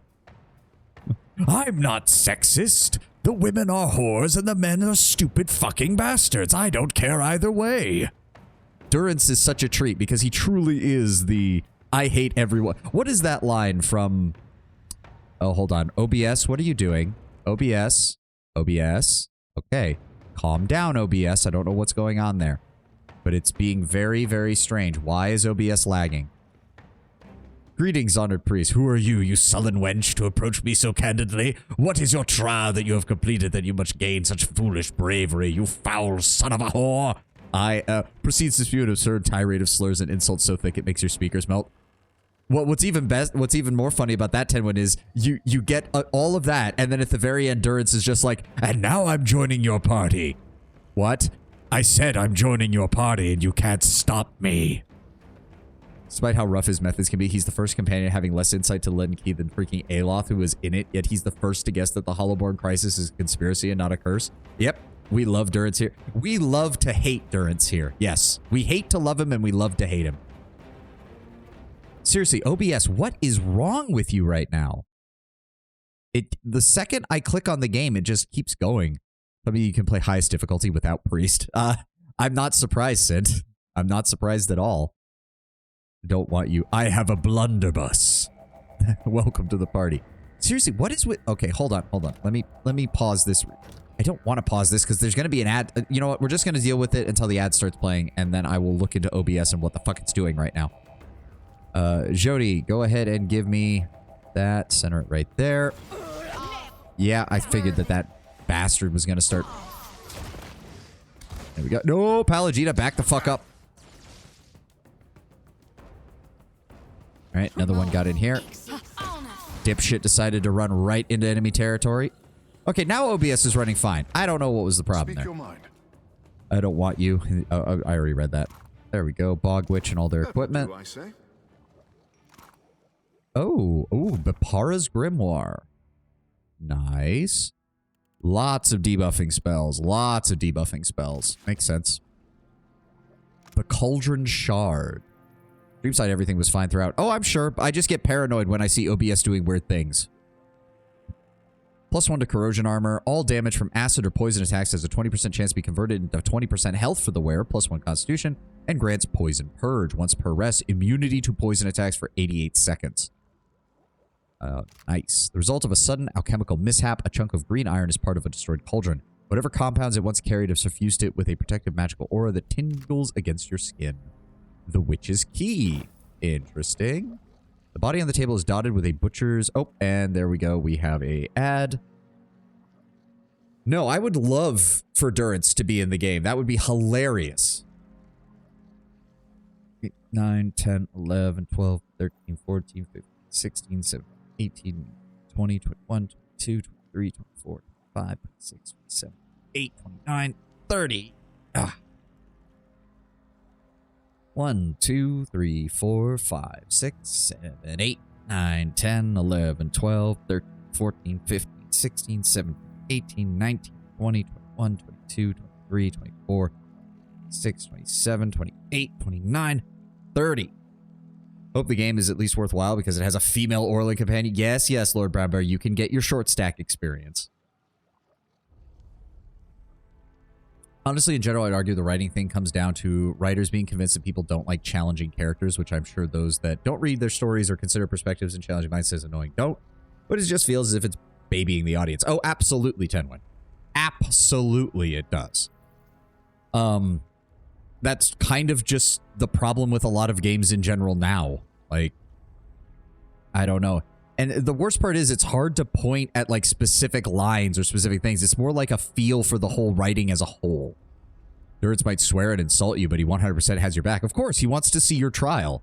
His trial is not to fight you. His trial is to see if you can survive the other trials. Oh, what's going on here? Hold on. Friend, you will let me from this cage, yes? Who are you? Tama Watua, famed apothecary, favored prize of pirates and all that. Ah, you have heard of me, yes? Of course you have. You need to play Disco Elysium. You just need to. As I said, I've played through about the first third of that game, and I do want to do all of it on stream. I want to start from the beginning. I want to do it the whole way through because everything that I saw up to that point was great. I just need to make sure that I have you guys on hand to prevent me from save scumming like hell. If I ever make an RPG, I want at least one companion who challenges the player viciously like Durance does. It should. There should be companions that do that. There absolutely should. What are you doing in here? You have eyes, friend. I'm held prisoner. How do I get you Find out? The key, I say. Surely one of those witches has it. I'll be back with it. Hurry, friend. Yeah. Give me a second. Let me... Coded notes. These notes are written in an intricate code that makes them impossible to read without the key. Only someone with a prodigious amount of knowledge of history, the alchemical arts, or an aptitude for code breaking would be able to decipher them. The notes are written in a strange code. You have no idea what they say. Shit. Black Pearl. Wait, did it? Oh, let's take those and we'll see if we can find a way to... those are alchemical reagents. The margins of these books are cluttered with notes written in a shaky hand. Interesting. I have never seen anyone brood Feels as forcefully good to as stretch your my legs, bird woman. Akira. Wait, is this your place? Free once again.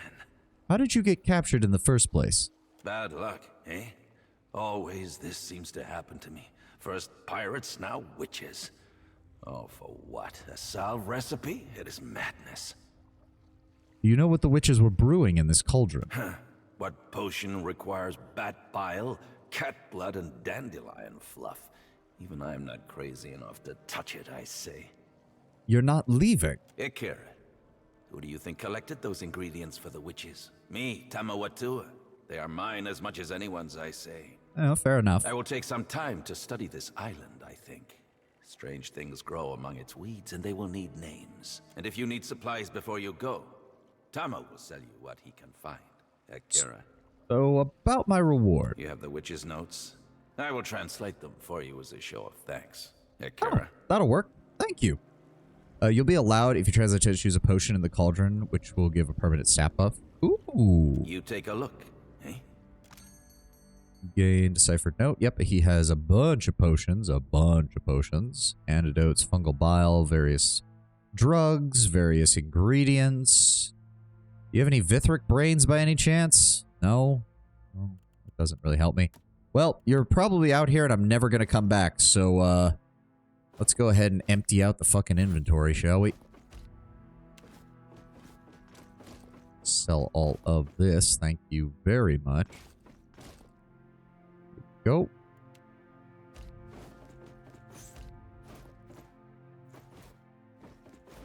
You and you. Keep Seraphin's coat. Sell off the robes. Go. Her armor. Keep my Valian coat, which I like, as well as my Principi clothing. Yes, thank you very much. Sell off that. Sell off the turban. Do we have any traps to sell? Yes, we have quite a few traps to sell. Go. Sell any of that. Don't need to sell any of those, I don't think. Nope. None of those? None of those. All right. Thank you for the 122,000 copper pieces that you somehow had on your, and pick up those sweet uniques. We do need to do that. Probably on the long stream on Sunday would probably be the best choice for that. Also, where did those notes go? Create a draught of greater strength, a blend of flame and ruby make. For one who seeks vitality, a mix of stone and pearl they need. To grant oneself a careful step, a brew of wind and emerald prep. If cleverness one lacks in spades, For Flame and Sapphire, one needs must trade. For those few cursed with lesser vision, Adraban and win provision. Be blessed with purpose or intention. Grind stone and amber in succession into each elixir and join. We must the inclusion of a shining dust, a hardy smear of spirit essence, and a water of pure quintessence. Okay. Interesting. Might, Constitution, Dexterity, yep. 2, 3, 4, 5. So we're missing ingredients for one of these. Examine the cauldron. A hulking cauldron squats at the center of the witch's hut. Arcane symbols are etched across the surface in precise line. The witch's notes have taught you how to use the cauldron to make potions if you have the correct ingredients. You only miss for the resolve buff? Yeah. Can we... I'm assuming we can only do this once. I'm thinking perception just to get the general accuracy bonus. That or dexterity for the action speed. Honestly, action speed's not a bad idea. Damage hasn't really been my particular problem. And I'm pretty good on my other stats.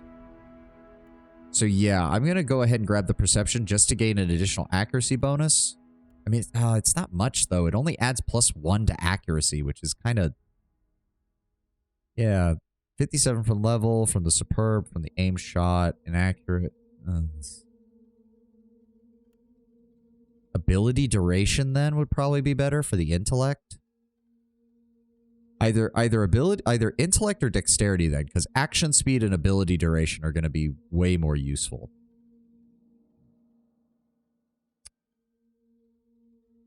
We'll go with ability duration. Creative necessity. There we go. You follow the directions. After cobbling together the necessary ingredients and dumping them into the cauldron, you take your first tentative sip. You immediately feel more clever and creative than you ever have in your life. Luminous Adra Dust, Primal Water, Spirit Residue, Primal Flame, and Sapphire. Yep. So that should... Yep, 70% area of effect, 35% ability duration, and additional will save. Works for me. Free once again. All right. Thank you again. Yep, you got nothing else for me. Must Sounds you good to me. travel with every godlike in the archipelago? Fuck it. You dip your bare hands into the pool and drink what doesn't slip between your fingers. A crackle of electricity runs down your spine, and you suddenly feel like you could best a panther in a race through the jungle. Alchemical Guile. +2 to dexterity, +2 to perception. Nice. Very nice. Will not go unanswered. Alright, I guess that's it. Don't know why that guy was protecting that bog in front of these witches. That seems kind of weird. Maybe we should have fought him. Oh, what do we want to call this? Witch Grave Isle. Nice. Hey, there we go. Explorer. I do believe that means we have fully explored all of the nameable islands.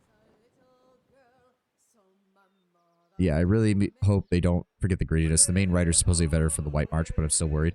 Oh, of course, with everything that's happened. Also, how did I forget that this place exists? Oh, right, that's the Seeker, Slayer, Survivor DLC, isn't it? Okay, so there's that one still. Explored all that. Don't forget the Crystal Desert. I mean, the Crystal Desert is a world boss, so I'm not sure I want to go deal with that just yet. You can only get onto it with the DLC start? Ah. Okay, hold on. Just peek into it and leave, trust me. Okay, fine. We will do the same thing that we did with the Golem.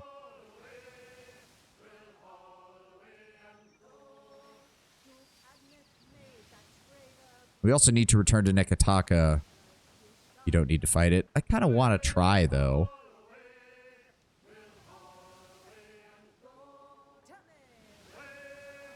Like, we can do what we did with the Golem and just see its entrance and then try to fight it and probably get our asses kicked.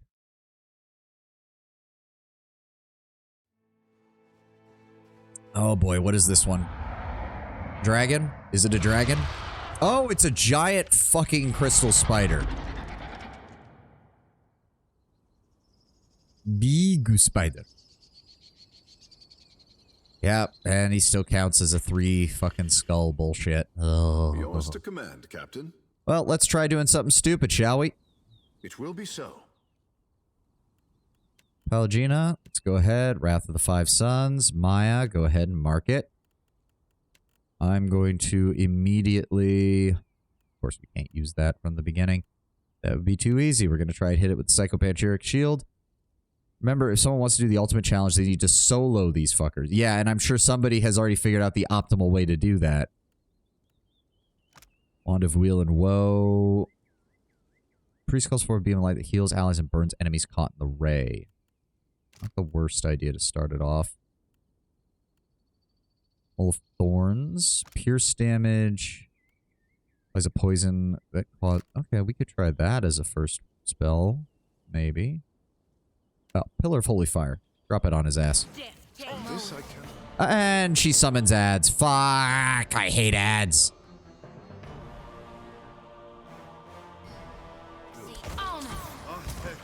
Of course she summons ads. What the fuck just happened? Oh, Ishii got turned... Ishii got petrified. Of course she did.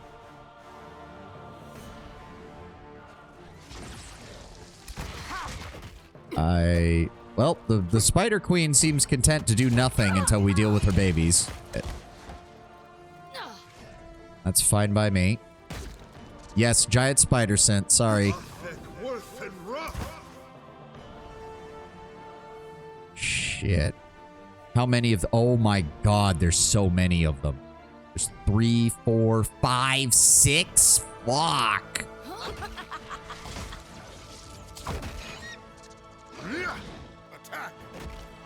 Alright, attacking them. We're attacking them.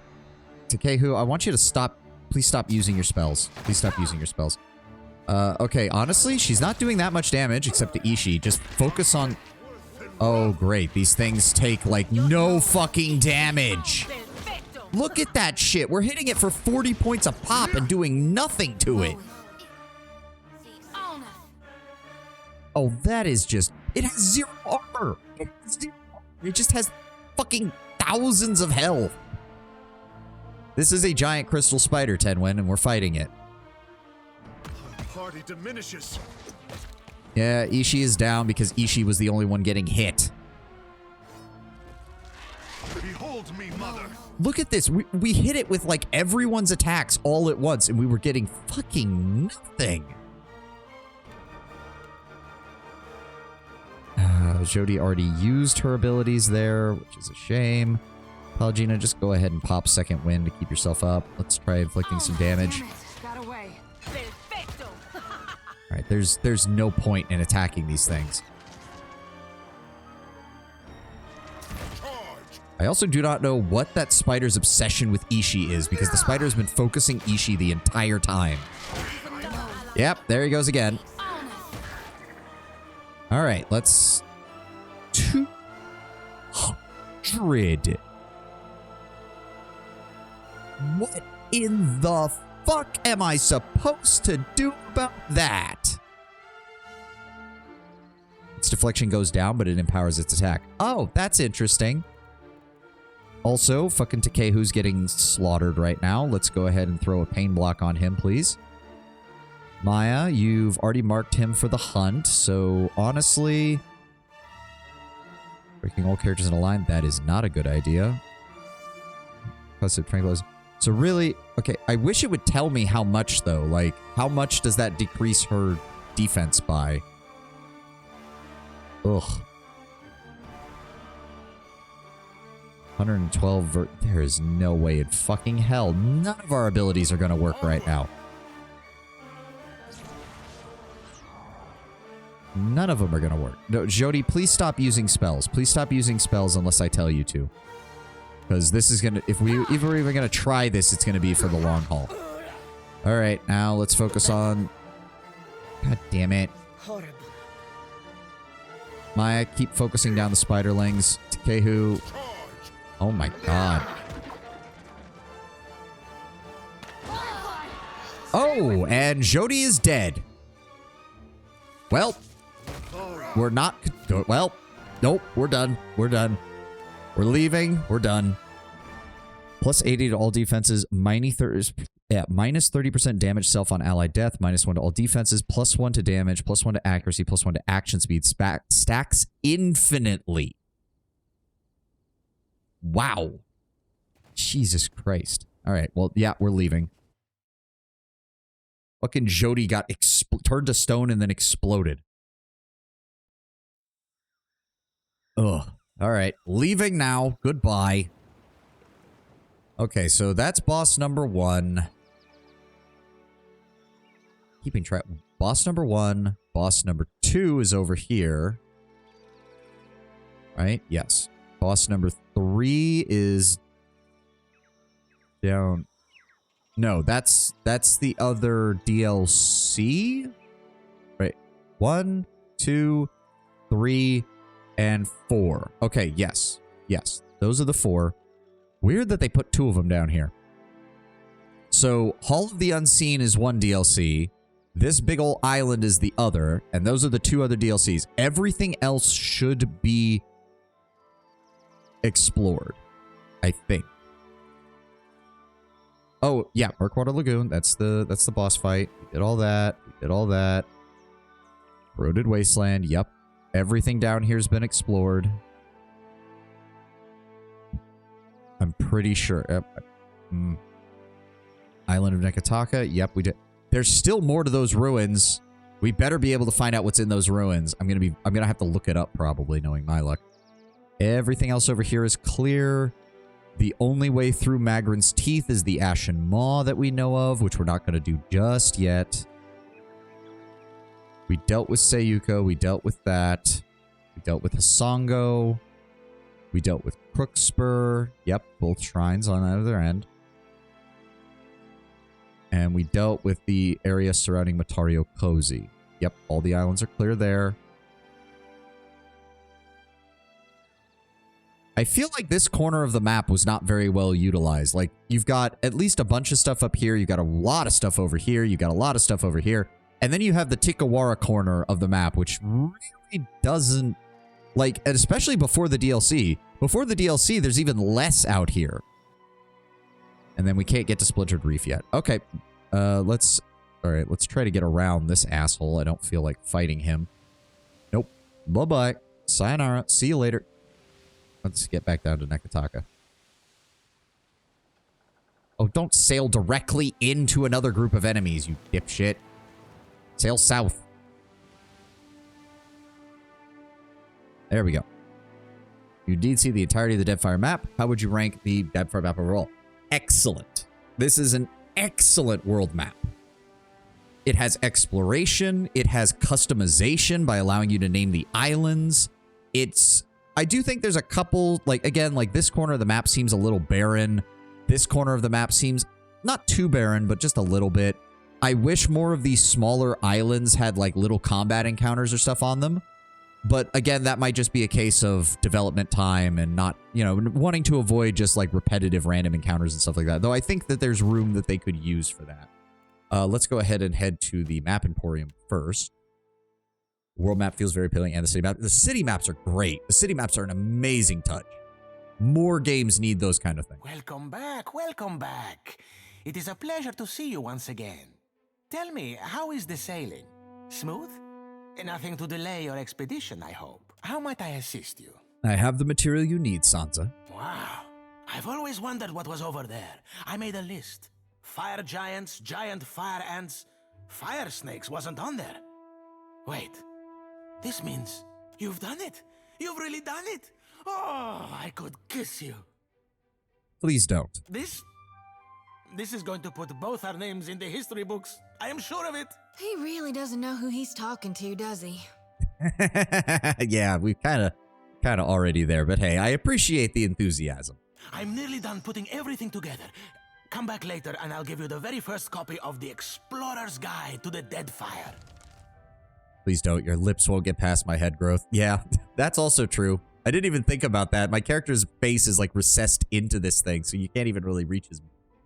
Oh, he even gave us a bunch of Forgetful Knights, 7,000 copper, and we finished the quest. So, do I just come... Like, do I literally just step back into the building? Do I have to wait for time to pass, or...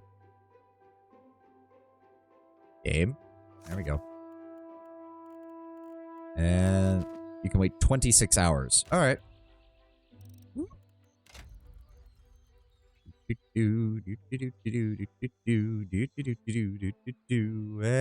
I see great potential in you. Shut up, console hot. Curious why they chose 26 hours. No idea. Maybe somebody was just kind of The great into explorer returns. You are always welcome here, my friend. Please make yourself comfortable. Here, your very own copy of the book, as promised. Being an account of the great Captain Savani's adventures in these most distant and perilous isles, as recounted by that same captain to the author, Sansa Abiakape. How might I assist you? And that's it. It doesn't do anything, but it's nice. I'm fine with that. Not every quest reward has to have, like, a shit ton of game effects. Sometimes it's nice just to have it. There it is. Yep. Nice. All right, all we have to do now, return to Prince Aruihi.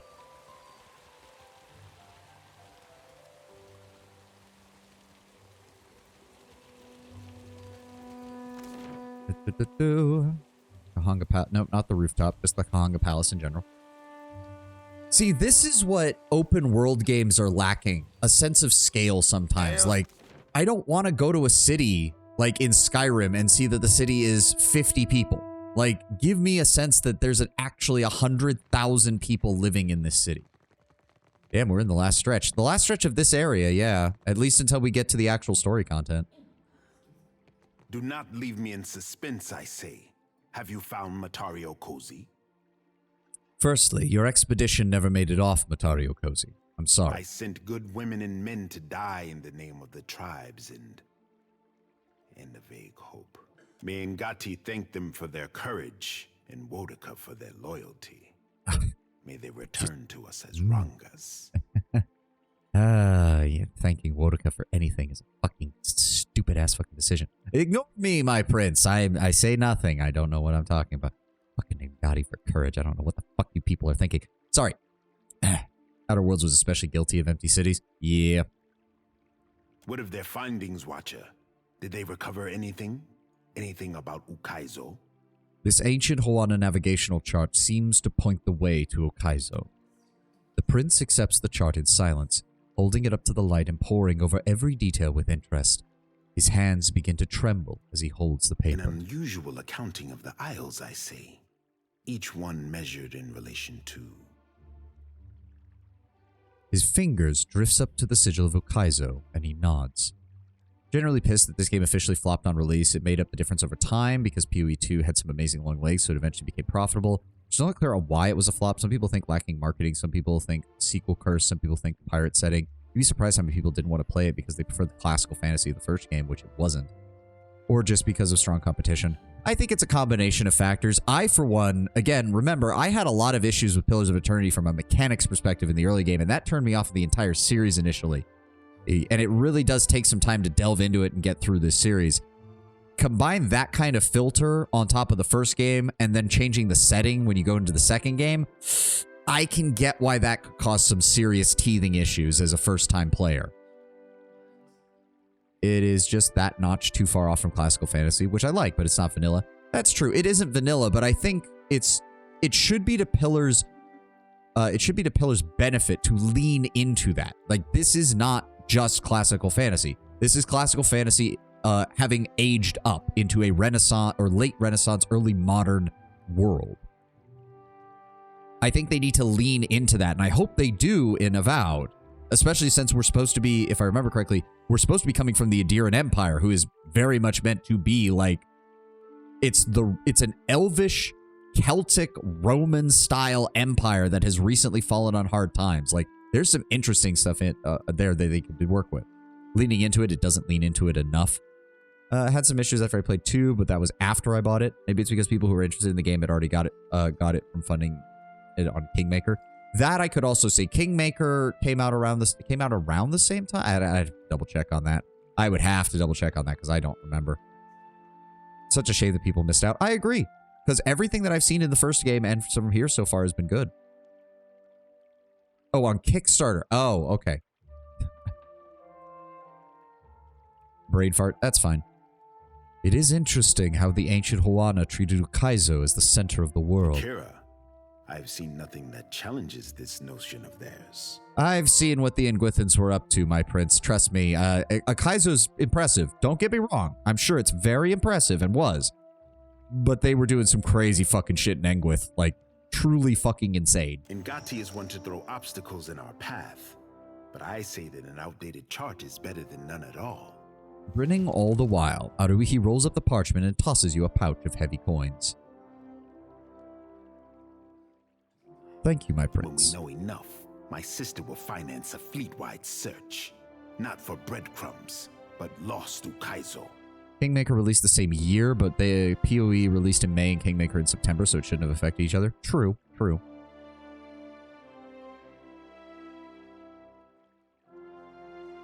The bark cloth was a message from the Wahaki to deter any additional visitors, my prince. But what do they protect Matario Kozi when its knowledge could help all Huana? One day I will have words with their Ranga to settle our differences. I also had some trouble with the Royal Deadfire Company out on the open sea. Kira, they will not let you escape with what they could so easily steal. Prince Aruihi murmurs under his breath. Will they not find the original chart as unprotected as a Raparu food pile?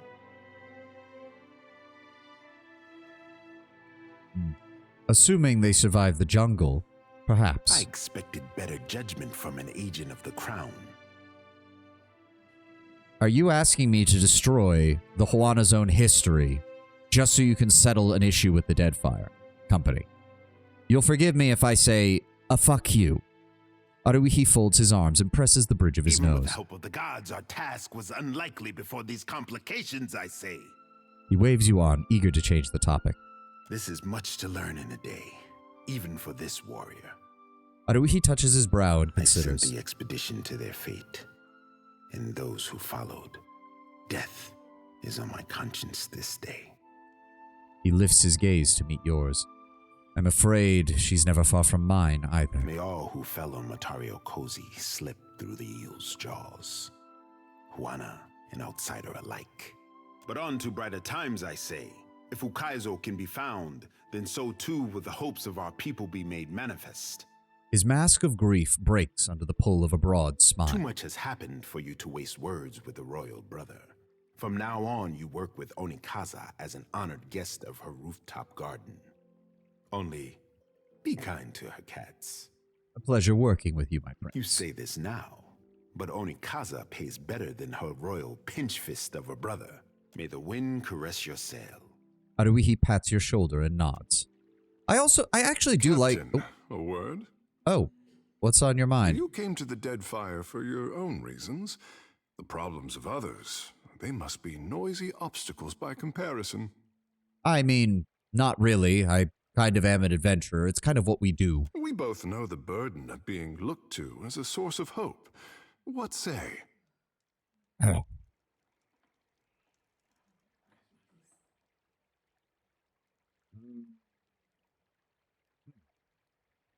Honestly, it isn't really a problem until the gods start making demands. And you wish for a moment of silence to dampen the rabble. Letting out a sigh and planting his hands on his hips, Takehu grins with a deep satisfaction.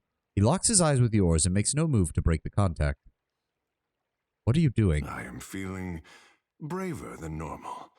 Akira, a good captain has that effect on their crew. All the powers of the Deadfire have their eyes on the Watcher of Kadnua. Ad time. Tell me, is the Watcher watching anyone? Well, time to break his heart. Yep, Takehu's being horny. 6, 7, 8, 9, 10, 11, 12, 13, 14, 15, 16, 17, 18, 19, 20, 21, 22, 23, 24, 25, 26, 27, 28, 29, 30. You were about to say something. I was going to say it's nice to see that they're not doing the usual shtick with royal siblings so far with the Huana. It's very easy in these kind of settings where they'd be like, oh, Prince Aruihi has his own ambitions and his own things and he's working against this. I think, no, the two of them are in complete alignment on Nekataka has to unite the Huana or they're going to be overrun.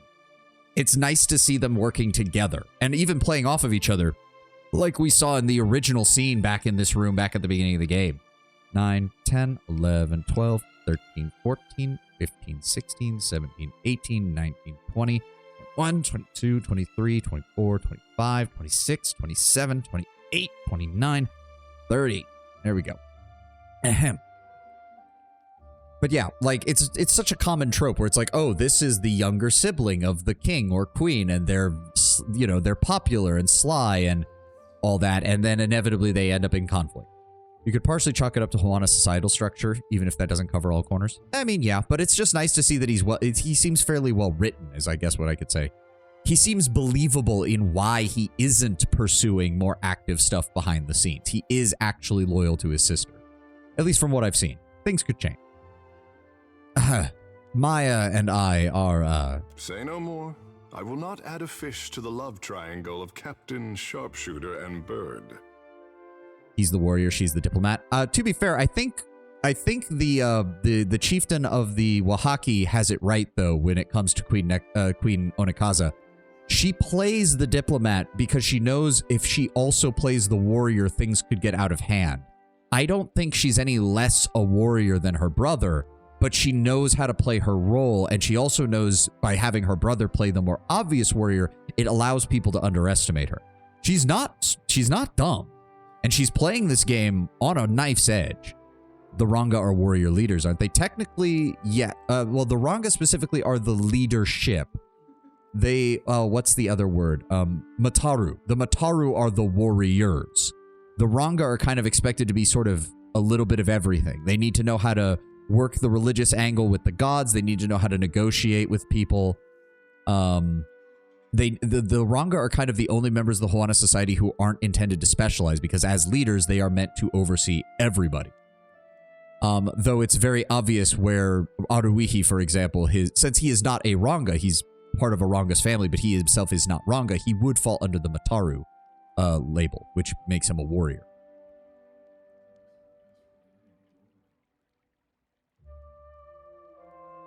Also, they're never going to let it go that the bird is, like, watching me and Maya every time Smart boy.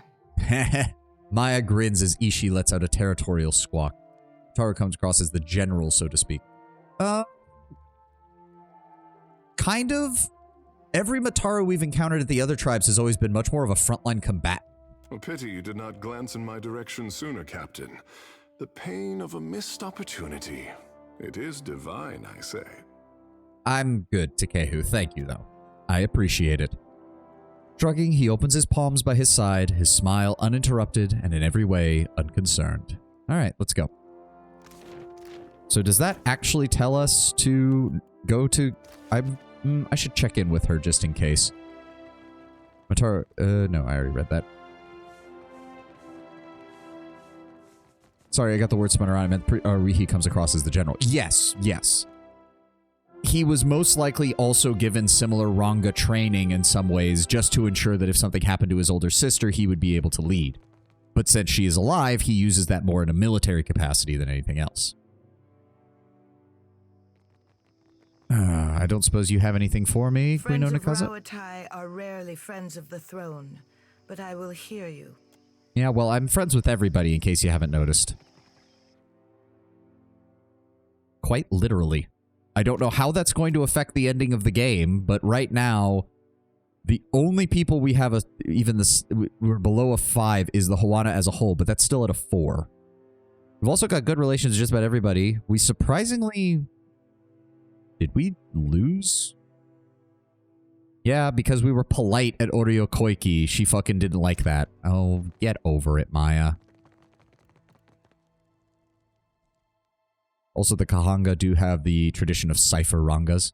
They do now. If I remember correctly, when we read it with Queen Onekaza's lore entry, it's not very common, but it's become more common over time.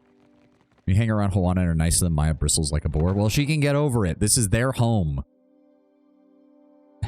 It's kind of baffling to me that Maya's like, I'm not an Island Amawa. I don't see myself as a member of the Deadfire. Send off that missive. Oh. What are you telling the company now? It was a special request to have your bird captured and held hostage, until you stop asking me stupid questions. Everybody's at each other's throats right now. Before we go, You know what? Yeah, we've got the money for it right now. We're going to make a quick run of any stores we can find and grab any uniques that we might have.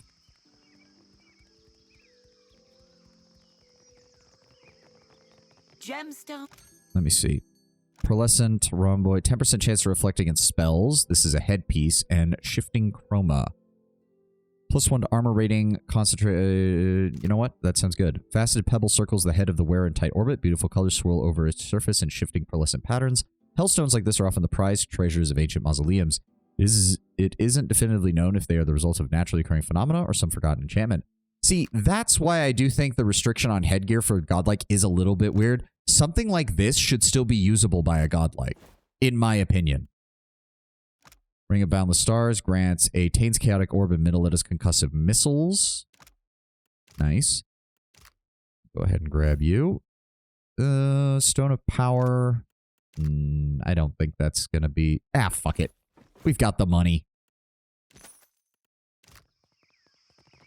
Was there another merchant up here, I think? No idea how that works programming side. Yeah, I know.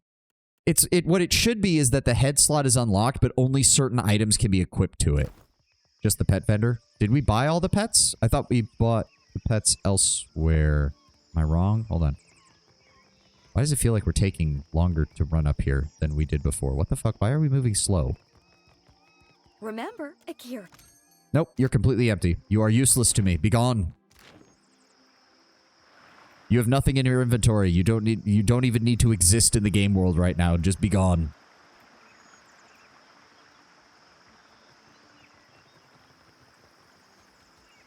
Alright. Yeah, we'll just check out all of them. No, just go to the actual area, please. That's all you need to do.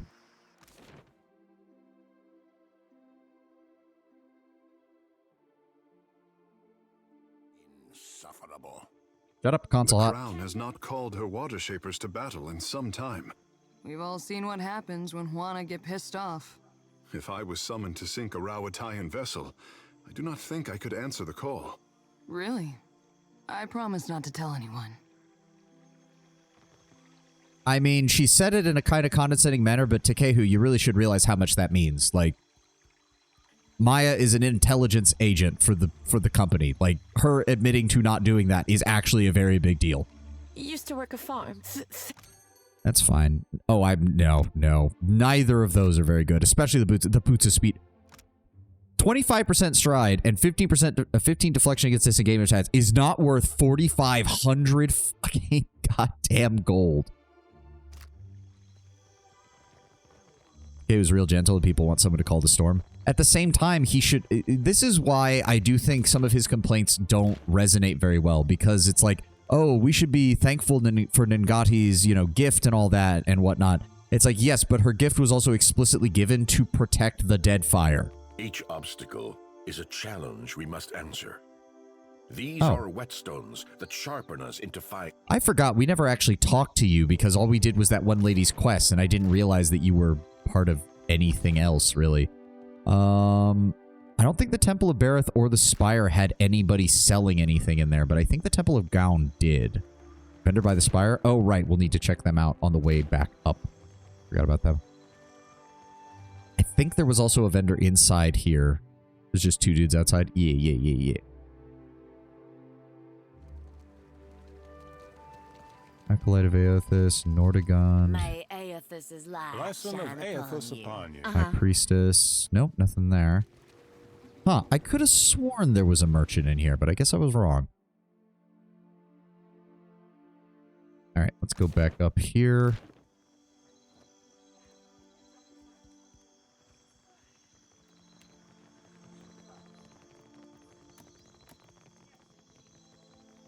Yeah, man, let's go.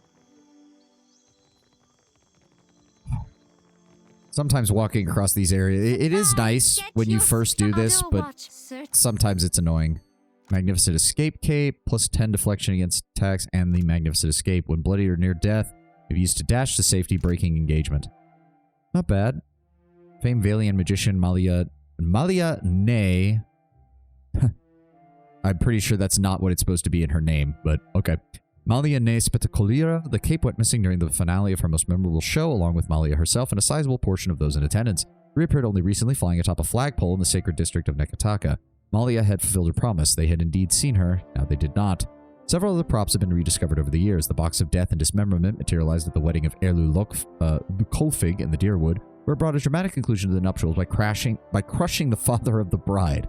The tumbling ring of conflagration is said to have apparated onto the deck of a Hawana gunboat in the Deadfire some weeks later. The surviving crew members tell conflicting accounts of what started the resulting fire. Of the great magician and our audience, there has never been any sign.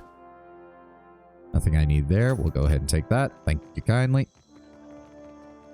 All my have a look. Yep, give me your shit. +2 to alchemy and grants alchemical cash. Okura's kettle gives boiling spray. Whereas critically hit in melee, +1 to burn armor grants hearth and home, which is teleport to an ally's location. Not bad. Was an axiom for Okura, chief galley cook of the Rautai scout ship Waimara. Many crewmen from the ship's master, the lowest powder boy, could rely on a steady, unending supply of Okura's famous stew. This is because Okura cooked little else.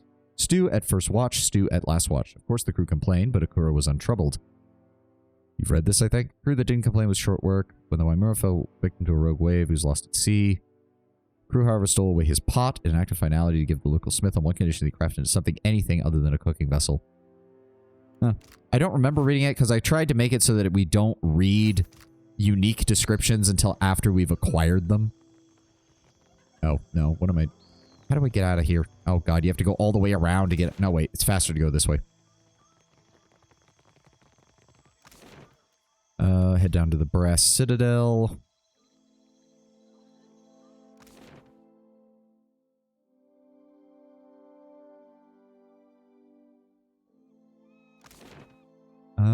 Powder House, which I don't believe they let us into. Yep, they're guarding that. Orland Peddler. I'll take a look. Gauntlets of Ogre Might, which is +2 to Might. Ring of Greater Regeneration. Nope, that is... I mean, +3 per 6, maybe. Maybe that might be enough. Charm of Bones, +2 to Intellect, +5 Accuracy against vessels. And nothing else. Trade. There we go. Fleet Master's Office didn't have a vendor. The Gunsmithy did. Right?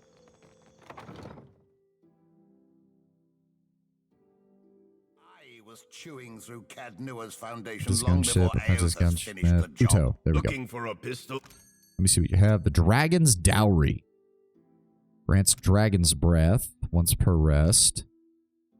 10% chance for the wielder to suffer 10 burn damage on launching an attack, but plus 20% damage as burn.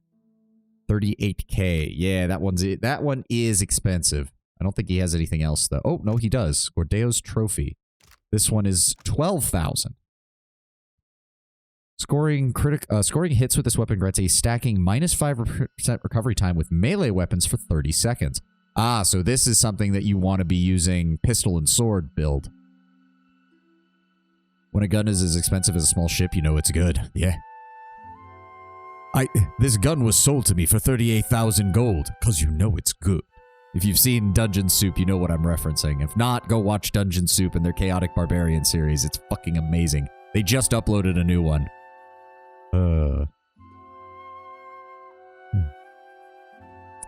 Oh god, I could imagine Durance. This gunpowder was mixed with the ashes of a god, so you know it's good. Durance as a gun salesman would be fucking funny. Oh, that'd be glorious. This watch costs as much as your car. What have you done with your life? Spent my money better? Yes. Scordeo acquired this ivory-furnished pistol with the second captain he ever led a mutiny against. Leading mutinies was, in fact, one of Scordeo's few talents. Ah, a follower of Skane, asshole. He was a mediocre sailor and a poor pirate, mostly because of his acute distaste for following orders, but he was an excellent turncoat. The mutiny went off without a hitch, and Scordeo disarmed the captain and shot him in the head. With that accomplished, he took command. His brief stint as a captain was cut short by a second mutiny soon after, however, and he found himself marooned on a small atoll. His treacherous shipmates had been kind enough to leave him with the clothes on his back, his new pistol, and half a bottle of rum. Unwilling to pull the trigger himself, Scordeo drank the rum and waited to die. What, you son of a whore, you will never have a recoil like this before. Oh, God. What does it even get? Critical shot is additional crit damage. It can get even more, or +2 penetration on a critical hit, which is not bad. Scoring hits. Seems like it's doing the exact same thing. What? Opening shot, opening barrage. Scoring hits with this weapon grants a stack. Oh, so now, so once you upgrade, that's actually really good. That's actually really good. New outlook on life would earn Durance's approval. It would. Strategic Blitz. Grant a stacking minus 10% recovery time with melee weapons, but that opening barrage, ooh, a dual pistol build with this would be really good. If we had the item that could copy uniques, a pair of these would be very good. We're definitely getting that. It also occurred to me, yeah, Dragon's Dowry, Rufus H. Mott, Elder Gunsmith of Forged in Fire. Oh, we did read this one. I do remember. I remember reading this one because I specifically remember the Forged in Fire and wondering if that was the cult we killed in the DLC in the first game. Rune Lock is the additional thing that reduces the chance for you to suffer damage from launching an attack, whereas the Volatile one increases the damage it deals, but also increases your chance to suffer damage. Dragon's Breath gains Blazing Fury, which gives you additional action speed and small amounts of fire damage, causing the wielder to suffer burn damage over time. And Serpent's Rage. Cluster of unavoidable fire projectiles inflicting burn damage. The burst of rune power causes the wielder to receive burn damage. Didn't we pick up an item that turns burn damage into health? Wouldn't this be perfect for that? I'm definitely buying it. Give me. If we have to go raiding a few ships after this, then that's just what we'll have to do. 10% of it, yeah. Alright, I don't think there were any other... There is a vendor in the officer's lounge, but he only sells food. So we don't have to worry about that. There was no vendor in Imperial Command.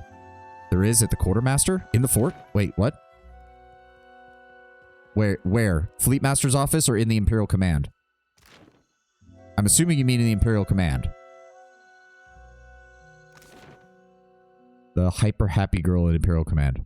I do not remember her, but I trust your judgment, Tenwin. There's so many characters, I sometimes have problems remembering everybody. Makes pistols reload instantly the first 4 shots before you have to reload normally. Ooh, that sounds good. Quartermaster, there we go. Right, now I remember her. Drawback of a big open world. Good to see you again. Of course. Ooh. Oh, she's got a lot of shit. Gauntlets of Discipline. We don't need another one of those because we only have one fighter, really. +1 to slash and pierce. I'm not going to buy that. Boots of Stone. Dissolve. Maybe. Girdle protection. 15% of incoming crits converted to hits. Not the worst. I'm not seeing that belt, Tenwin. I'm not seeing that belt nowhere. She does not have it. Is it one of those things that only shows up later? I'm saying they should have the belt. Oh, they didn't. Oh, okay. Oh, I completely misunderstood. Something like in New Vegas where you could take your reputation with a faction by nuking them, let the NCR know what I really feel about them. Nothing in there. Nothing in there. Okay. The way you said it, Tenwin, I was just like, oh, that sounds really good. It's like, no.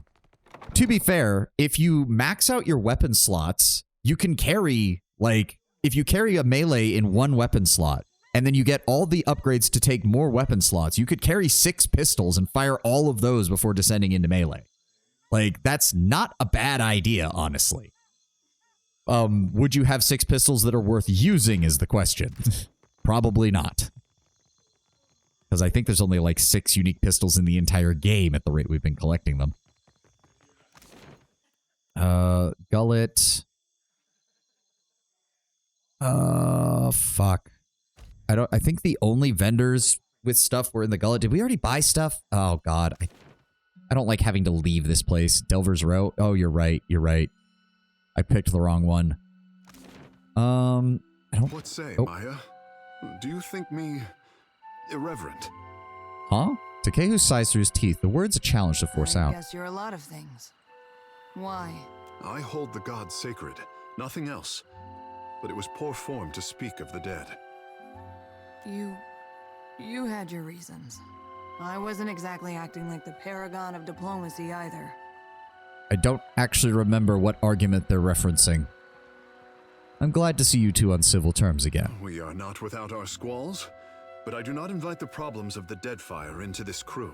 A little bit, which already makes Takehu more diplomatic than most of the people on my crew. Hatsura would be so proud to see me making friends.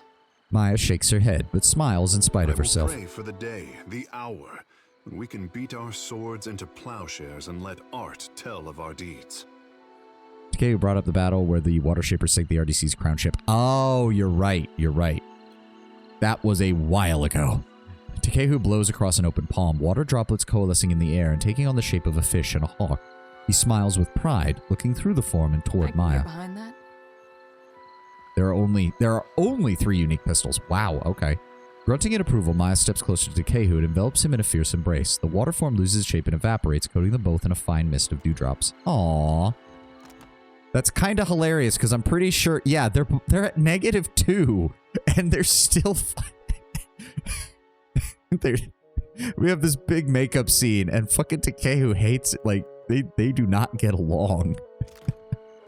Pallegina could learn something. Yeah, a little bit of diplomacy, Pallegina. Just a little bit. You're a Valian. I know you know what I'm talking about.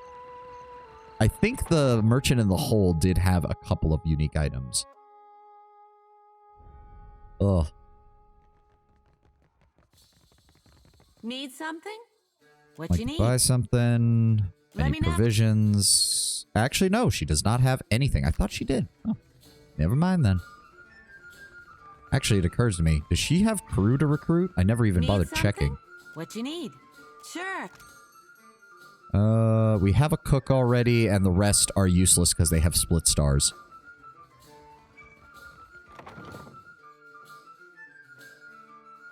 Also, are there only 3 unique pistols? I swear we've already got more than that. 1. Those 2 are unique pistols. Then we have the 3rd one, which is Scordeo's Legacy. No? Yeah, you might be right.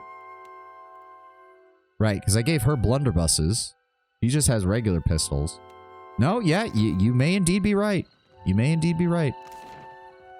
Alright, so we have to go down. No, Annoy, Thalos, Pitley Sanctuary. I don't think Pitley... Did Pitley have anything? She was a mage, isn't she? She was a healer. Thalos. Did we... Wait a second. Did we go in here? She had nothing or something. I can't tell because you erased part of the words. I'm assuming you're saying she had nothing, so we're going to go down into Delver's Row then. With every godlike in the archipelago. Shut up, Consul Hot. I swear to God, I'm going to feed you into the pet machine and grind you into dust, and I will not feel a single shred of remorse. Dario doesn't sell anything. Go to Delver's Row.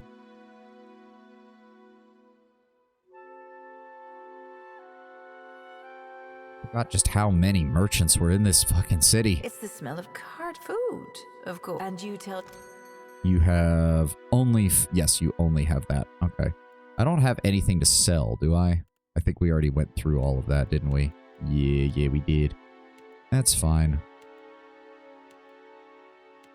So many pets. Oh, I do have these I can sell. I'll take the other, the 1600. Thank you.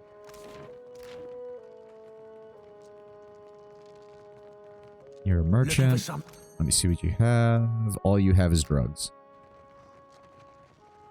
I forgot. What do you do? Go on. Oh. No, he just... Okay, no. I don't need anything with that. Yeah, why would I want to kill Ernesto? That doesn't... I guess that's... He was for a quest or something. There are 2 arbalists, 4 arquebuses, 5 battle axe, 4 blunderbusses, 3 clubs, 2 crossbows, 3 daggers, 3 astocks, 6 flails, 9 greatswords, 3 hatchets, 2 hunting bows, 3 bases, 2 morning stars, 3 pikes, 3 pistols, 2 poleaxes, 4 quarterstaffs, 3 rapiers, 3 rods, 10 sabers, wow! 4 scepters, 3 spears, 2 stilettos, 7 swords, 2 wands, 4 warbows, and 3 warhammers. What's the grand total on that? There is something I can get for you, yes? Tell me quietly. Didn't we- Beckham Blanca. If I do, but this spindle... They say it does not do to... Of course. The Garari Chorus is 26,000. Though now extinct, the giant lizards of the Garari once roamed the many islands of the Deadfire. They were fast, powerful, cunning predators, hated amongst the Kith for their tendency to kill domestic goats and pigs if given half a chance. When foreign colonists arrived in the archipelago, many local governors placed an open bounty on them, and the creatures were hunted into oblivion. Now rare due to the lack of available material, hardened Gabari leather armor such as this is quite desirable, as it is tough and naturally flexible. Okay. Segmented Scutum, which is the 10% of incoming hits converted to grazes. Gain resistance to might afflictions, or 15% of incoming hits converted to grazes. Layered reduces all damage by 5%, and Primeval reduces all damage from spells for 5%. Revive the Gabrari. It is also very expensive. That was 26,000. You need a old... Show me what you got. Fractured Cast grants immortal will. Cannot be interrupted while carrying one or more injuries. Ugh.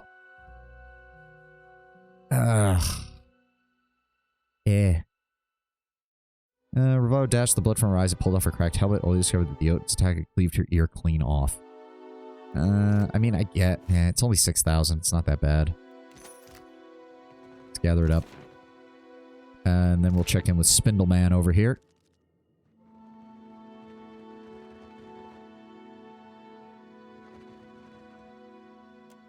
Oh, yeah, we already did that. Ooh, Sisyphos Stone. Minus 2% action speed to damage to attackers for 15 seconds when wearer is hit in melee. See, if that was a stacking debuff with no timer on it, that would be amazing. But because it has only a 15-second timer, it's largely useless. We have... Technically, we have a monk, I guess. Spindleman's Grimoire, Xanthus' thing, Rotward Amulet. Oh, no, that's... fine. Buy it. Ring of Regeneration is even weaker than the other Ring of Regeneration. Yeah, Ring of Greater Regeneration. Fine. And the Whitewood Mask. Buy it all. 104 unique weapons. I'm sure we've missed a few because some of them I'm sure are quest rewards or like that greatsword you mentioned that we could have gotten if we had let the woman die, but that would have been very out of character for us, so we did not do that. And I can't be wrong. That still feels like fewer unique weapons than the first game. Oh god, get me the fuck out of here. Quest rewards, and some are in the DLCs next to come. Fair enough. Most of the avian godlike I've met were poets and singers. Oh no. Which one do you think I am? Oh, someone's egg rolled out of the nest. Don't say that. God damn it. Pallegina, you are my friend, and I care for you deeply. Please, take some of those lessons in diplomacy and stop constantly trying to bite people's heads off. Maya was literally trying to make conversation. Now, admittedly, Maya, stop talking about Pallegina being a godlike. Do you truly believe Undra cares for you? Makera, she cherishes all her children. Perhaps like a child cherishes a doll for a time before she casts it aside for another. Oh my god. Apparently Pallegina is sick and tired of the people I am traveling with right now because she is in constant sass mode right now. I'm here. I shall. Easy now. Nope, he can still see me from there. Alright, let's talk to you. See anything? Mantle of the Seven Bolts. Grants Storm of Seven Bolts. Shock damage AoE when knocked out. 3 Trolls Stitched. Plus 5% health restored for 12 seconds. Minus 2 burnt armor. Minus 2 corrosion armor. And Ngati's Girdle. Plus 1 athletics. 10% chance to cast interrupting crush damage AoE when critically hit. And plus 1 crush damage rating. And it's an ad. So we will wait. I do suppose if I make someone really tough and then stack all of the health restoring items on top of them, that would be interesting. 20, 21, 22, 23, 24, 25, 26, 27, 28, 29, 30. As long as they all stack. If they don't stack, then there's no fucking point. 1, 2, 3, 4, 5, 6, 7, 8, 9, 10, 11, 12, 13, 14, 15, 16, 17, 18, 19, 20, 21, 22, 23, 24, 25, 26, 27, 28, 29, 30. There we go. And yeah, like, you get 2 rings of greater regeneration, and then you get a troll cloak, because that's 2.5 health per 6 seconds. Plus, if you had 2 rings of greater regeneration, that would be 6 health per 6 seconds. So that would be 8.5 health per 6 seconds, or just over 1 health per second. Combine that with pretty much anything else that gives more health, and you're starting to approach almost 2 hit points per second, which should outpace most damage provided you have some heavy armor. All right. That's all from you. Let's keep moving. What else have we got? We need to check out... There was nothing in there. There was nothing in there. The Mahiri's Metalworks, right? And then the exotic herbs and the dark cupboard.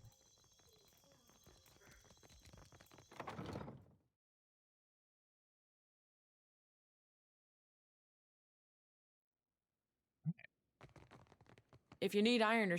Yep, show me what you got. Queen's Rule is a great sword, which grants capture. Switch positions with the enemy. If you're a high level of the foe, you'll make a full attack on them in the process.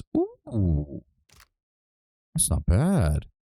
Adir Manufacturer. Emissaries from the Adir Empire presented along with 7 similar weapons to the first Duke of the Free Palatinate of Deerwood upon the conclusion of the War of Defiance. Intended as a gesture of peace, such a gift also signifies de facto recognition of the Free Palatinate. The Duke, pleased by the acknowledgement of his rule, accepted. As a solid gesture of solidarity with those who fought for Deerwood and independence, the Duke distributed 6 of the weapons to his heroes. The 2 Cavalier Blades went to Hell's Gate and Coldwater. Grasp and Norwich received the Tower Hammers, and to Ashfall and Tensworth went the Abbot's Staves. The 2 remaining greatswords, Queen's Rule and King's Wrath, the Duke ordered smelted down. In his words, the Free Palatinate no longer had any use for royalty. Seems these weapons were saved from the fire, though. They had a long fall from grace. So capture, again, if you're a higher level, it allows you to immediately grant attacks. If you swap position with an enemy and comes surrounded by 2 or more of your allies, they will be stunned. Ooh. Nice. Doesn't say how long. Oh, stunned for 8 seconds. There we go. And promote. Full attack and gain smart for 30 seconds. Grants your... Wait. You may now swap position with allies as well. Doing so grants your allies the smart inspiration. Not bad. Not bad. I could see how that could be useful. PoE 1. 4 clubs, 6 dagger. Okay, I'm not going to read the whole thing again. Total of 135. However, it's noteworthy that there are obvious differences to the depths of each unique. That is true. Some of the early game uniques are fairly worthless by the end. Whereas this game tries its best to actually make its uniques worthwhile regardless. Forceful impact, plus 5 to ranged accuracy, increases with Arcana skill. Ooh. Might give that to Aloth as a backup weapon. That's not bad. 50% chance to knock back and daze target on scoring a hit. On a hit? Oh, that's good. Larger, thicker bolts provides no shortage of obstacles in initial construction. Found you needed to strengthen the bow lace to accommodate the oversized bolt. Thus, a heavier string was required. As a result, the retaining nut had to be reinforced. Even a customized enchanted windlass was needed to span the blasted thing. The stock itself is initially too weak for those for the whole operation. The wizard, ever a pragmatist, found structural enchantments were required to keep the weapon from snapping in two once it was armed. Runes etched into the massive spear-like bolts helped it to fly true and give them the punch to puncture steel and flesh. However, the wizard found it took considerable expenditures of his own arcane power to make it do so. In the end, the weapon, while powerful, seemed only of use to those with sufficient knowledge of Arcana. As such, the wizards abandoned his plans to produce similar weapons en masse and kept the prototype for personal use. Yep, blunted criticals, but otherwise pretty damn good. Can gain plus 5 ranged accuracy and a 50% chance to cast Minoleta's minor missiles on scoring a hit. Or plus 3% damage is burn, corrosion, freeze, and shock. Can also gain pinning, 20% chance to immobilize target on scoring a hit, also good. And grants skewer, twice per rest. Fires a spear-like bolt through multiple targets, inflicting pierce damage, knocking them back and immobilizing them in place. That is probably the best crossbow we've seen in either game. Holy shit. Lover's Embrace grants True Love's Kiss, 8 raw damage per 6 seconds until combat ends. Oh, that's always good. Adored her lover Bruno, who was as clever as he was duplicitous. As Bruno's mounting debts grew beyond his ability to talk his way around them, his lenders came to believe he would be better served as an example to other potential debtors. He was murdered in his bed, and as a warning, his killers left the weapon that did the deed behind. This weapon. Armed only with said dripping blade and her broken heart, Julienne would hunt down the killers and avenge her lover. Her profitable new life as a bounty hunter became the stuff of legends.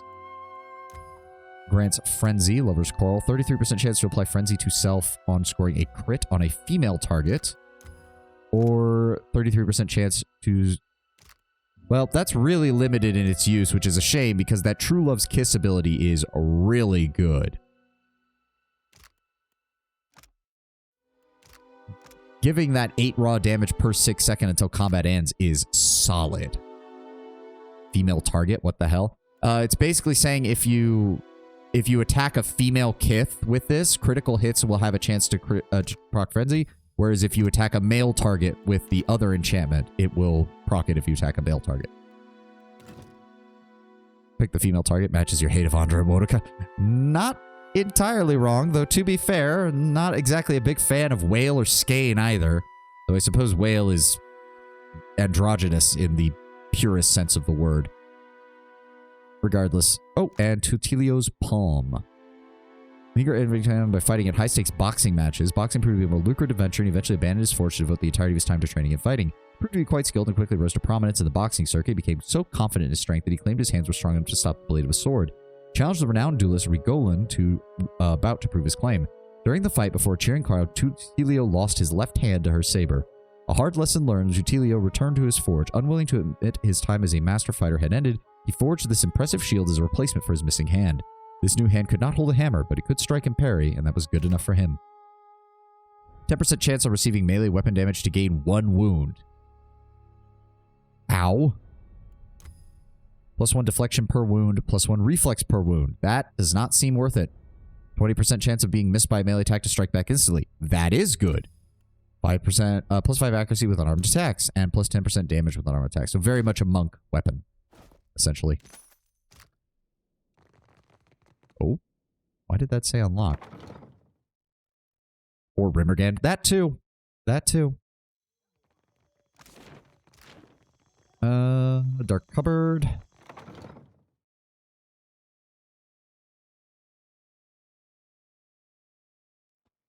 Come on, let's get in here. Bye. What do you have for sale? Jirnau's Lairful Calamities. Looked like it said Lamanities there for a second. Nothing else here. Ooh, here we go. Sasha's Singing Scimitar. That's a chanter weapon. Fine. Plato's Devotion. I think we actually read these a while back. Yeah. Spine of the Thicket Green. Right, that's the one that gives all the power for plants. And then Ring of Focus fires 10 accuracy with fire attacks. Miss Andre can't... Oh, right, that's just a summon. Lingrath's Martial Masteries, the Bridal Garter, and the Grimoire of Vaporous Wizardry. Spine of the Thicket Green, great for druids with the ancient subclass. Yes, you did mention that there was a plant-based druid subclass, and I have to imagine that's probably one of the best weapons you can get for them. I mean, we had money. It's gone. It's largely gone now. I don't even know if we're going to have enough to hit. I mean, we'll hit all the shops in Nekataka, but I do not want to waste... I mean, we're going to probably be here for the rest of... Shut up. Welcome back, String. You have just a bunch of the... Vithric Brain. I'll take that while I'm here. It's only one, unfortunately. Okay, I believe the only place we have to check now is Queen's Birth. We will have to check out Dunnage at some point to see their vendors. Maybe we're probably gonna have to save on any more shopping until after we advance the story a bit and I finally decide who I'm going to back in the Deadfire's political conflict. I've got a feeling it's gonna be the Hawana. How's about you let me aim the cannons next time? I swear I can hit the right spot at a distance. I have no doubt about that, Maya. You do a great job aiming my cannon exactly where it needs to go. There are uniques in Port Mage? Probably. Polaris, no, there wasn't anything in there. Ah, the back alley. 4 out of 10. I try. Low Riz. Have you seen my character's face, Lord Brown Bear? Are you surprised? Welcome back. Let me see what you have. +2 to intellect, +1 to religion, grants Shout of Hosts, launches a cone attack, and Avenging Storm, which is always nice for a tank. Crested helmet pays tribute to the goddess Hyleia, the Sky Mother. Plumed coxcomb made of feathers made from a willing godlike avian, or avian godlike make for a dashing, daring display. The steel is etched with glyphs simultaneously representing lightning, sky, birds, and swift travel. Horns of the Bleak Mother, +1 perception, resistance, resolve, 10 accuracy against beast. He's voiced by Matt Mercer, so we got that. Some sages he's the progenitor of the hundred young, terrible creatures that stalk in wild places best left forgotten, preying on kith and beasts. Others maintain her domain is that of thorns and tangled roots, and that her children ensnare and devour those who wander off the path. Real or imagined, the mother is only talked about in whispers by those who trek darkened woods and have braved the untamed wilderness. The fellow who wore this horned helm, however, spoke in boast. He claimed to have met the dreadful mother and slain her. These horns, he said, were proof of his deed. A pair of hunters would later discover the helmet in the heart of the Blackwood. Its owner, nowhere to be seen. Gatecrashers, +1 might, 15% chance to perform a knockdown attack against target with critical hits in melee. Not bad. Reeling blow, stunned for 5 seconds, usable once per rest. And she has nothing else. Thank you. Wait, you have names. Why do you have names? What do you want? Yeah, we already talked to you. Interesting.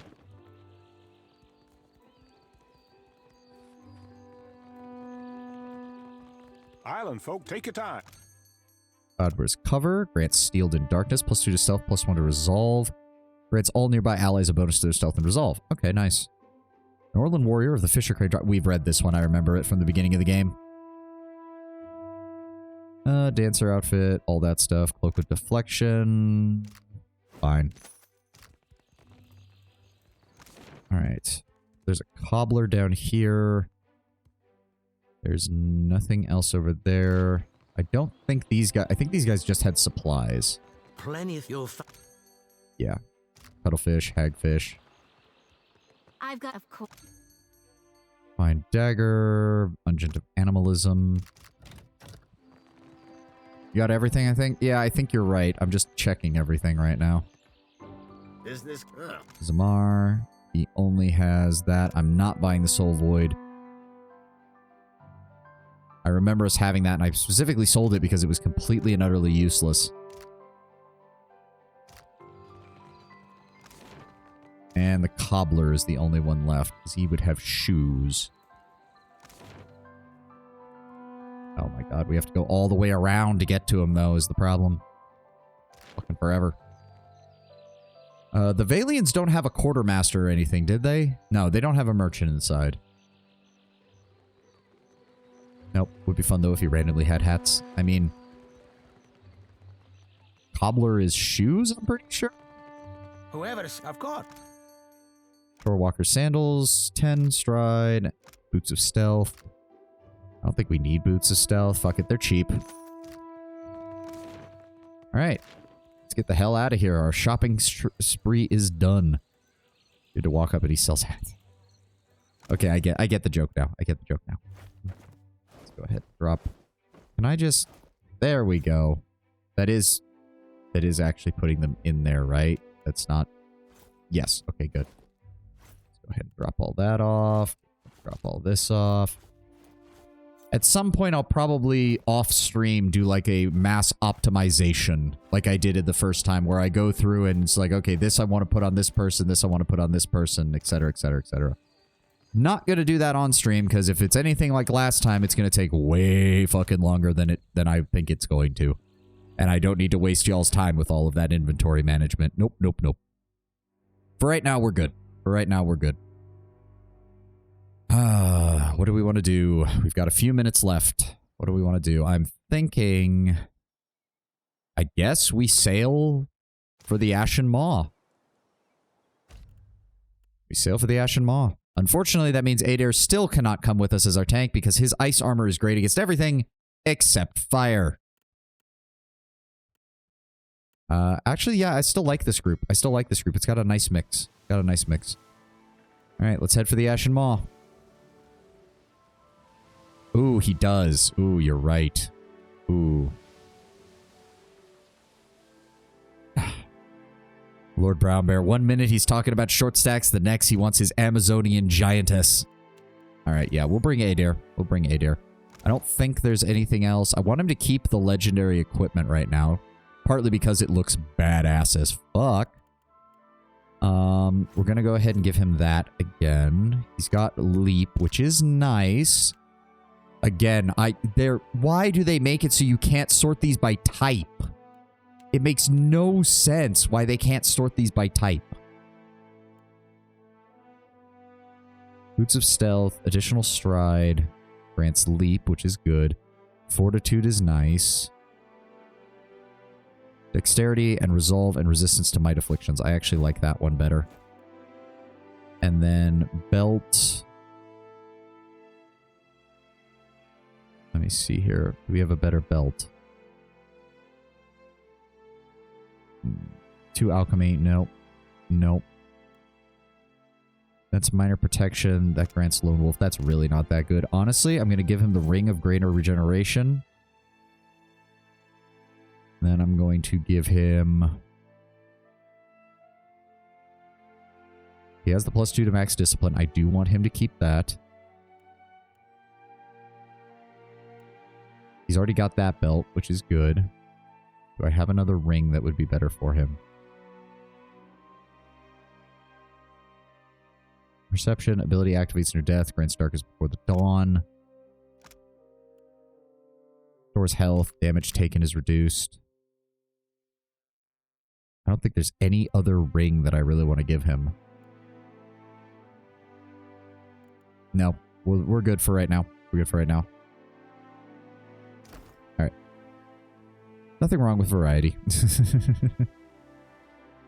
Fair enough, Sid. Fair enough. Y'all don't want to know what I have saved on my computer. I have quite a variety. Get away from me, you dickweeds. Thick smoke, black as death, plumes from the peak of a rumbling volcano, the largest in the chain of mountains that makes up Magran's Teeth.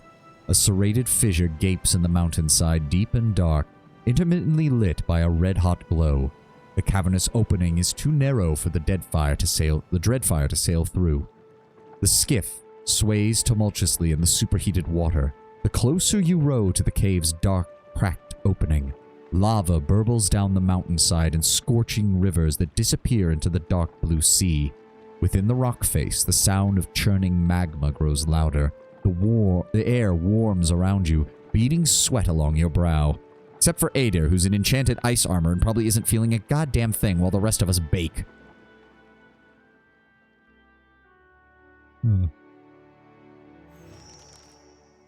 Oh boy. The Ashen Maw, mid-spring, 2829. Ah, cool. Yeah. God damn it, Adair. You lucky bastard. No, Jody should not be in front. That is a bad idea. Yes, of course. Also, let's get Adair up to date. It's been a while since we had him with us. We'll go ahead and grab Streetwise. Go ahead and grab Athletics. Let me see here. Clear out. Primary attack in a large arc on each foe and knocking them back and prone. That does sound good. However, we really need to double down on Adair's ability to take damage and not die. So, because that is actually the thing with... Because he has Confounding Strike. I should have taken Gouging Strike on him, now that I think of it. If we're really going to use him as a tank, I should have taken him as a Gouging Strike. Because that lasts for fucking ever, unfortunately. I should have taken that on him.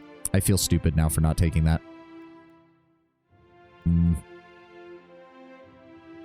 Uncanny Luck. Just make it straight up possible for him to no-sell a fucking attack. I'm going to go ahead and give him another point in Intimidate. Give him another point in Athletics.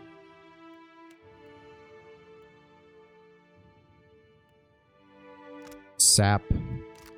We can't get the full version of that, unfortunately. Afterwards, the rogue is temporarily invisible. Next primary attack will paralyze the target.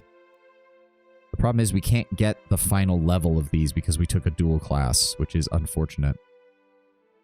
Dealing significantly more damage to the target is afflicted by 2 more conditions that allow sneak attack. That is good, though.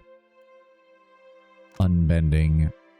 25% damage taken converted to health. That's the one that allows them to really just take a hit and keep going. We're going to grab that. Increase this, that. Increase that. We get 1 skill from each.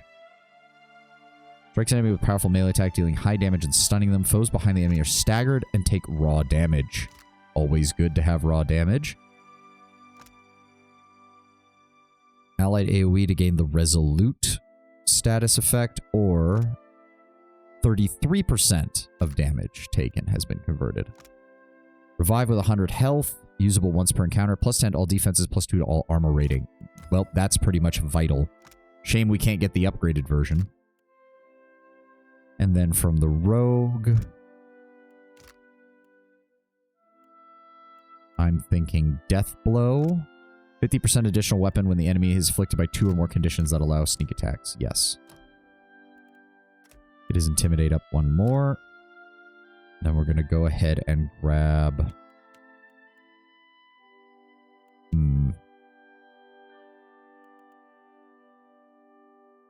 Converting all reflex targeting grazes to misses. What can we get as a warrior? Reflex defense, concentration, will defense. Has resistant to all resolve afflictions. That actually sounds good. Quick switch, no. Increases amount of health regained. +5 health per 3 seconds for 45 seconds, or 7 health per 3 seconds for 45 seconds. So that's 15 ticks, so that's a total of 30 additional health, which is really not that much. Looky bastard that looks so good in that armor. He does indeed look that good. Disengagement attacks have greatly increased the accuracy and damage. Just going to go ahead and take spell resistance. 10% chance to no-sell a spell is always good. So we'll grab the battle axe, why not? Alright. This where Gaunt stormed through? At least the docks are still intact. The hull of this longboat has been varnished with a flame-resistant amalgam. Oh, it looks like the giants didn't fare very well. Though ashen, the skin of this dead giant remains hot to the touch. Oh, what? What? Angry... Hey, what the fuck? Oh, no. Come back. Come back. There it is. Grog. +1 to resolve, and... Additionally, the party cannot engage... Wait. The party cannot engage and is immune to engagement. But anyone in your party will die when they are knocked unconscious. Oh, dear.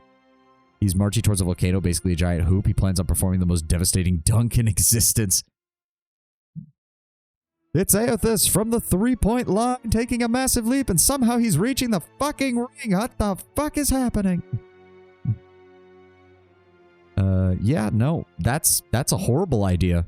I'm honestly... You are not friend. You are not even friend-shaped. I don't like you. The dunk lands and the entire Deadfire gets a tidal wave. Pretty much. Oh, dear. Oh, there's something over here.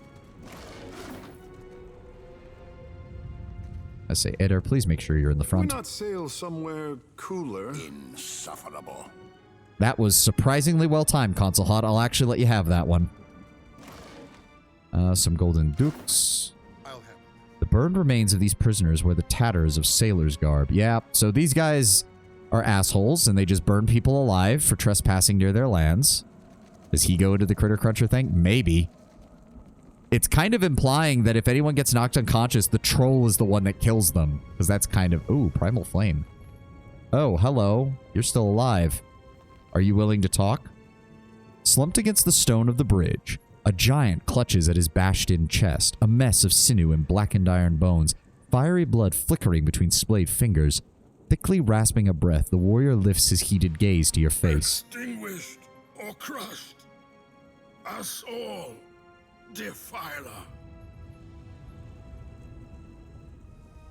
He struggles to speak, the agony of a slow death blazing through the scrolls in his skin, surrounding him with a veil of fire. Ugh. I need to get to Aothas. Servants of the Defiler God. I'm not. Damned. Jesus Christ, what happened? Damned. Reaper of souls and god of lies. Magran's most foul enemy. What? We've never heard of Aothus and Magran having beef. Drink this, and may your suffering be over. He closes his amber-hot eyes, a relieved sigh rushing from his chest as you brew up and then tip the vial of poison to his lips. The icy, slushy mixture takes effect immediately, dousing his flames with a sweep of hoarfrost through his veins. It leaves his face cold, ashen, and dead. Well, that was worth doing, even if we got nothing in return. Jyoti swings her lantern back and forth over the warrior's body until a large, shimmering cloud of essence shifts up into her lantern. She grunts, the lantern dipping in her hand as if heavier momentarily. I hope we find out more about these guys, because there's like nothing that we know about them at all. Oh, that's another body. Yeah, ooh, Adraban. That's always good. Jyoti is a little mad lady. Yeah, she is. She is. The windlass is far too massive and heavy for any kith to operate. Nothing good comes from this much quiet. No shit. And very much confirm this is probably not going to go well. Pry bar and some golden swole. Why is your ignorant farmer winking at me? Because he thinks your little head is cute and he thinks it's funny that you're floating around. I know just the thing. Alright, we can unlock that. It's very nice. I'm assuming, though, if you didn't, you'd have to go this way, which begs the question, what's down here? Hello? Is anybody here? Nope, you all... Reckon this is what happens when you try to keep a god from enacting his plans. Ishi, yeah. Now is the chance if you had any second thoughts about this place. I'll have this. It's done. It's almost like the gods are a bit assholish and constantly tread all over us in their desperate attempts to retain their power and maintain their stupid little plan for all of us. Ashen key. Metal is hot to the touch. The key easily spans the length of a kith's forearm. Rock slide has collapsed this section of the keep. Okay, so I guess if you didn't have the mechanics, you would find the key here, and that would open up the door down here. Ishi, quiet time. Oh, shit. Can we... Hold on. Okay, you're willing to talk. Maybe. Kith trespasses in the goddess's maw? But how? Incensed, the giant warrior hulks, her thick muscles twitch, and red markings grow hotly against her ashen skin. I will admit, the fire for hair is a bitchin' idea, and I do like that appearance. And yes, it does look good. You must seek to follow in your defiler god's footsteps. You will not, for I will smite you where you stand. Give her the look. I don't think that's possible with my character, unfortunately. I don't exactly have the eyebrows or the expression to do so, Lord Brownbear. Bellowing, she hefts a massive sword overhead. But a second giant slams the haft of an iron staff, and we're stopping for our final ad break. 1, 2, 3, 4, 5, 6, 7, 8, 9, 10, 11, 12, 13, 14, 15, 16, 17, 18, 19, 20, 21, 22, 23, 24, 25, 26, 27, 28, 29, 30. Would fit better if you were a fire godlike. I imagine they have to have some kind of special response if you're a fire godlike here. Like, there has to be, right? 1, 2, 3, 4, 5, 6, 7, 8, 9, 10, 11, 12, 13, 14, 15, 16, 17, 18, 19, 20, 21, 22, 23, 24, 25, 26, 27, 28, 29, 30. Ugh.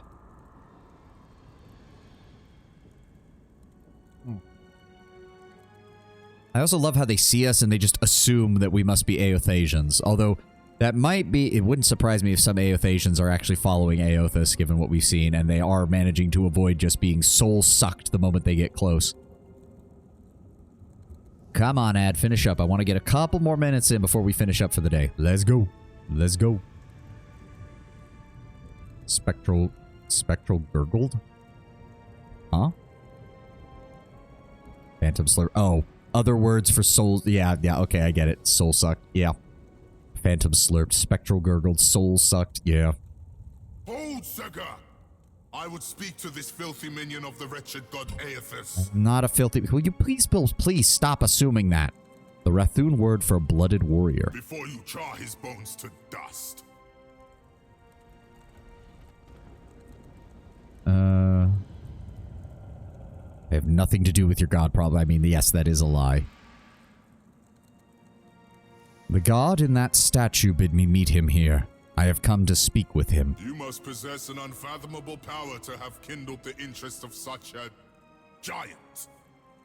Ectoplasm shotted. 24 hours from now, we will know what Amplitude's next game is. Yes, I will be offline tomorrow, though. Don't forget, I don't stream on Thursdays, but I'll keep an eye out for it. He cants his head, broad fingers scratching at the rivets of his helm. Yet you imply you do not serve him. I'm not implying that at all. I'm directly stating it.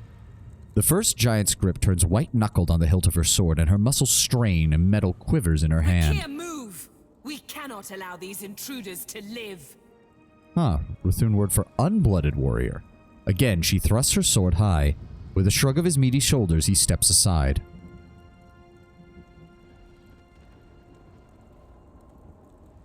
Fury should burn for Aethys, not for me. Aethys may be seeking revenge against you Magronites, but I have nothing to do with it. Aethys has consumed your warrior's very souls, but I faced him before and I am still standing. Yes. Shoulders taut with tension, the warrior eyes the strewn corpses of her fellow Rathun at arms. They lie dried like husks, siphoned of their very essence. He places a hand out to hold the other warrior back, and he studies you intently. You would face us in battle rather than flee? I like your mettle. Kithu does not cower before Magran's greatest warriors. We have not yet defeated the embodied god, but that does not mean we won't. The Jotiger is readying another assault from within the Jagged Keep as we speak. Equivalent of a warlord, this title is bestowed upon the most skilled warrior among the Rathun, a position earned only through battle. I will permit you to scamper closer to God's face, if you believe you can survive. Scurry deeper into the maw, but know that my brethren may squash you. What do they expect to happen? I mean, they are Magronites in the purest sense of the word. All they see from a giant statue approaching is, this is but another challenge placed before us by our god. We will either rise to the occasion or be burned to ash. Even the giants can be talk no jutsu'd. It's always nice when our diplomacy actually works, isn't it? How can I reach Aethys? All who neared the intruder god were gutted until extinguished. You think your soul could last even half so long as Rathun's? I mean, it's already happened once, and I managed to come back from it. Maybe the Kifs will last longer. She snorts, but the other warrior ignores her, answering in her stead. Only Magran's shrine with our Jagged Keep can lead you to the Defiler god. Kith, if Magran wishes you to face him, surely she will fire the way.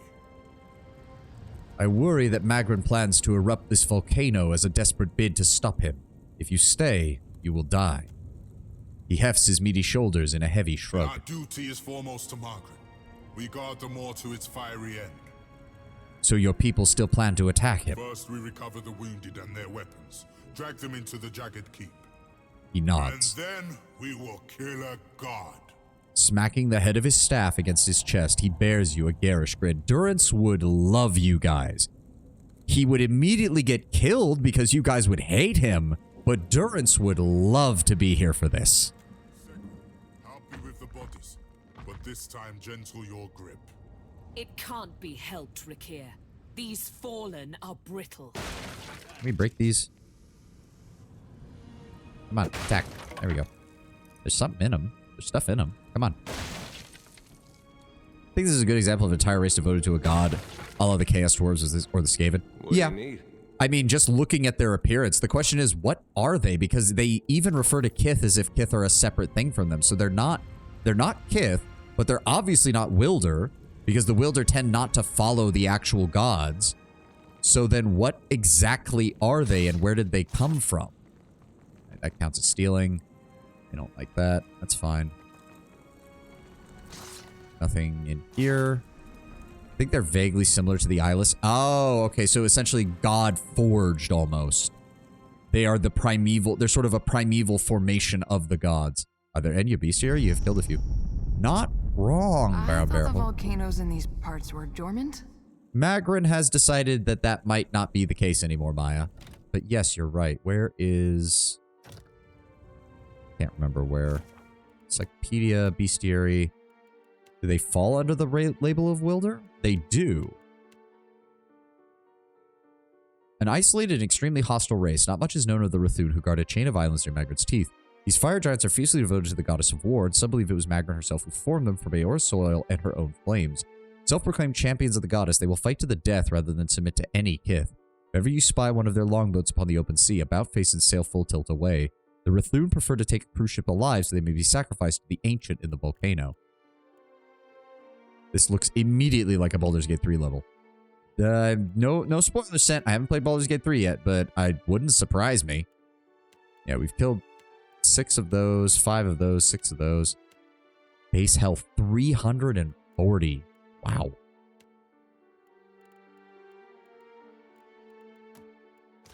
Alright. Stealth does not appear to be much of an option in this area, so there doesn't appear to be much of a point. That leads to the lair of the ancient. That is a dead end. I just meant in terms of style. No. I mean, I get it. I just be careful. I don't. Gone now. Oh, quite literally in this case. Oh, for the love of fire bats, really? Takehu, drop a fucking ice spell on them, please. Oh, that is a dragon. I was not expecting that. Could poof the blight. Oh, you're right. The blight is already almost dead, though. So I think we're good. Just cast another ice spell, please, Takehu. Ow. What did the intense heat? Ow. Dick. Can't get a clean hit. I think we're good. Speak your mind. That wasn't much of a problem.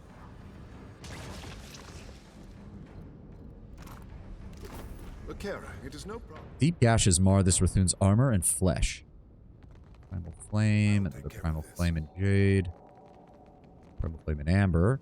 Loose grit and jagged boulders chunks litter the broken sections of the bridge. Oh. Oh, there he is. Yep. Hi.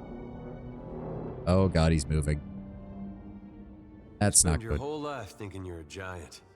And one day that fella shows up at your fortress. That Yep. was awfully profound.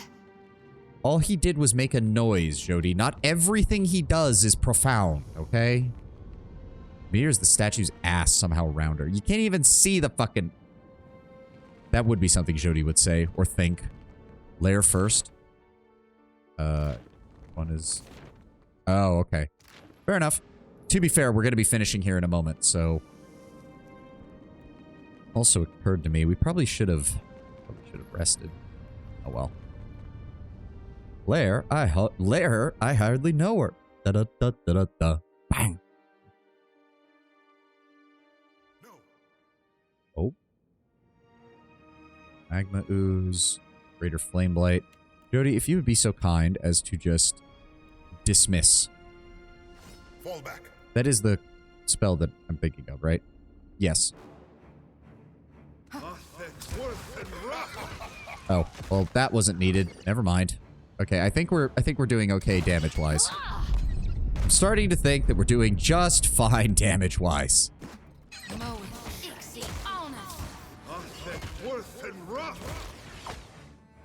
Go. Nice. I'll have that. Next time, a challenge. What the hell is in here? I'm assuming a dragon is in here. That would be my guess. Oh dear. Please tell me the chat's not broken. Please tell me the chat's not broken. Why is it saying connecting to chat? Am I still good? Are we still here? It's fine? Okay. Sorry. OBS, just being weird again. He waits in fire. Oh dear. I'm thinking this place ain't gonna hold up much longer. What say we hurry, Watcher? It is not just the mountain that awakens. We disturb the fires of Magrin herself. Ishi, don't let your feathers catch. This place smells and feels like hell, and the stories Uncle Angbert used to tell me to make me behave as a child. Eothas will take what remains of your soul. What up, Console Hot? Ooh. A haze of soul essence lifts like smoke from a corpse scoured with heavy claw marks. Oddly, no blood pools beneath the body. The wounds were cauterized. Yeah, example on why Jody talks about hell like she does. Fuck you, console hot! Her uncle being a dumbass. Yep. Hot to the touch, the essence slowly wafts through your fingers when you're tumbling down into the feverish sensation of a soul reed. You're a great champion, Goliath among the giants, chest tight with pride. And now something darker, dread. It flickers inside you like the fires of a waking forge because you know you too are soon to be tempered as you stare down at the distant god. The defiler your brothers and sisters died to defeat but could not. Who now gluts on the Adra Spire, striking plans against Magran. The iron chains that suspend the bridge beneath your feet drip blood and sweat. Weeping, the maw spans below, battered by the invader. The jagged keep now even more apt to name. He cut a path to the spire and could not be stopped. He drank deeply from so many of your kin. The Benthis. Rathun are led by the High Priestess, the Benthis, one of the few among the sect of warriors with the ability to hear Magran's voice. Oi. Sorry, had to sneeze. Oh. Oh, wow, that was a strong one. She is fierce and will know what to do. She can hear Magran within the flames. Without further delay, she hastens you to the dragon's lair. She will call the beast and will ride with you into the assault. Inside the cavern, it is dark and simmering. The Brenthis rushes ahead of you. Despite her barked warning, something is wrong. The heat roils against your skin, a whisper of death, dangerous rather than comforting. The Defiler god has riled the dragon. The Brenthis has raised her torque high as if to collar the dragon, the light of it sheening, her helm in the darkness. She is thundering. The time has come, Jada. Submit to Magran's will. And the walls rumble from a sudden earthquake. No, from the beast's laughter. A shadow looms to your left, then scalding claws punch through your skin. Now, warrior. Your soul is safe with me. Jyoti bows her head as she drags her lantern over the corpse, from head to toe and back again. When she reaches the Rathum's punctured chest, the soul lifts from her body and drifts towards the lantern. With a shudder, it settles inside the copper cage. And with that, I'm going to have to call it a night here. A day here. Night here. Whatever. We will deal with the dragon next time. Sorry, Tammy. I just don't have time. I'm sorry. I don't have time. I just do not have time. Oh. Thank you all for being here. Thank you all for dealing with everything that I've been dealing with. And thank you all for enjoying your time here. I will see you all on Friday for another Pillar stream. I have not heard anything from my artist, so I am not sure if I will have the emotes by Sunday, but I'm considering just doing the rest of the debut then anyways. And when we get the emotes, I will plug them into Twitch for you all to use. I think I might just do that regardless. And I'll use Saturday to get everything set up for everything so we can do the debut on Sunday. Because if I wait for the emotes and they're not here by pretty much the end of today, I'd pretty much have to wait until next week to do it. And I'd like to get it. I'd like to start using it now that I have everything. So I will let you all know more about that as soon as I do. Thank you all for being here again. Thank you all for joining me. Let's see if we can find somebody to raid that is actually... What? Oh, no. Don't open it over there. That's awkward. That's awkward. Let's open it from the actual stream thing. Looking forward to Friday. Let's see here. Who is on right now?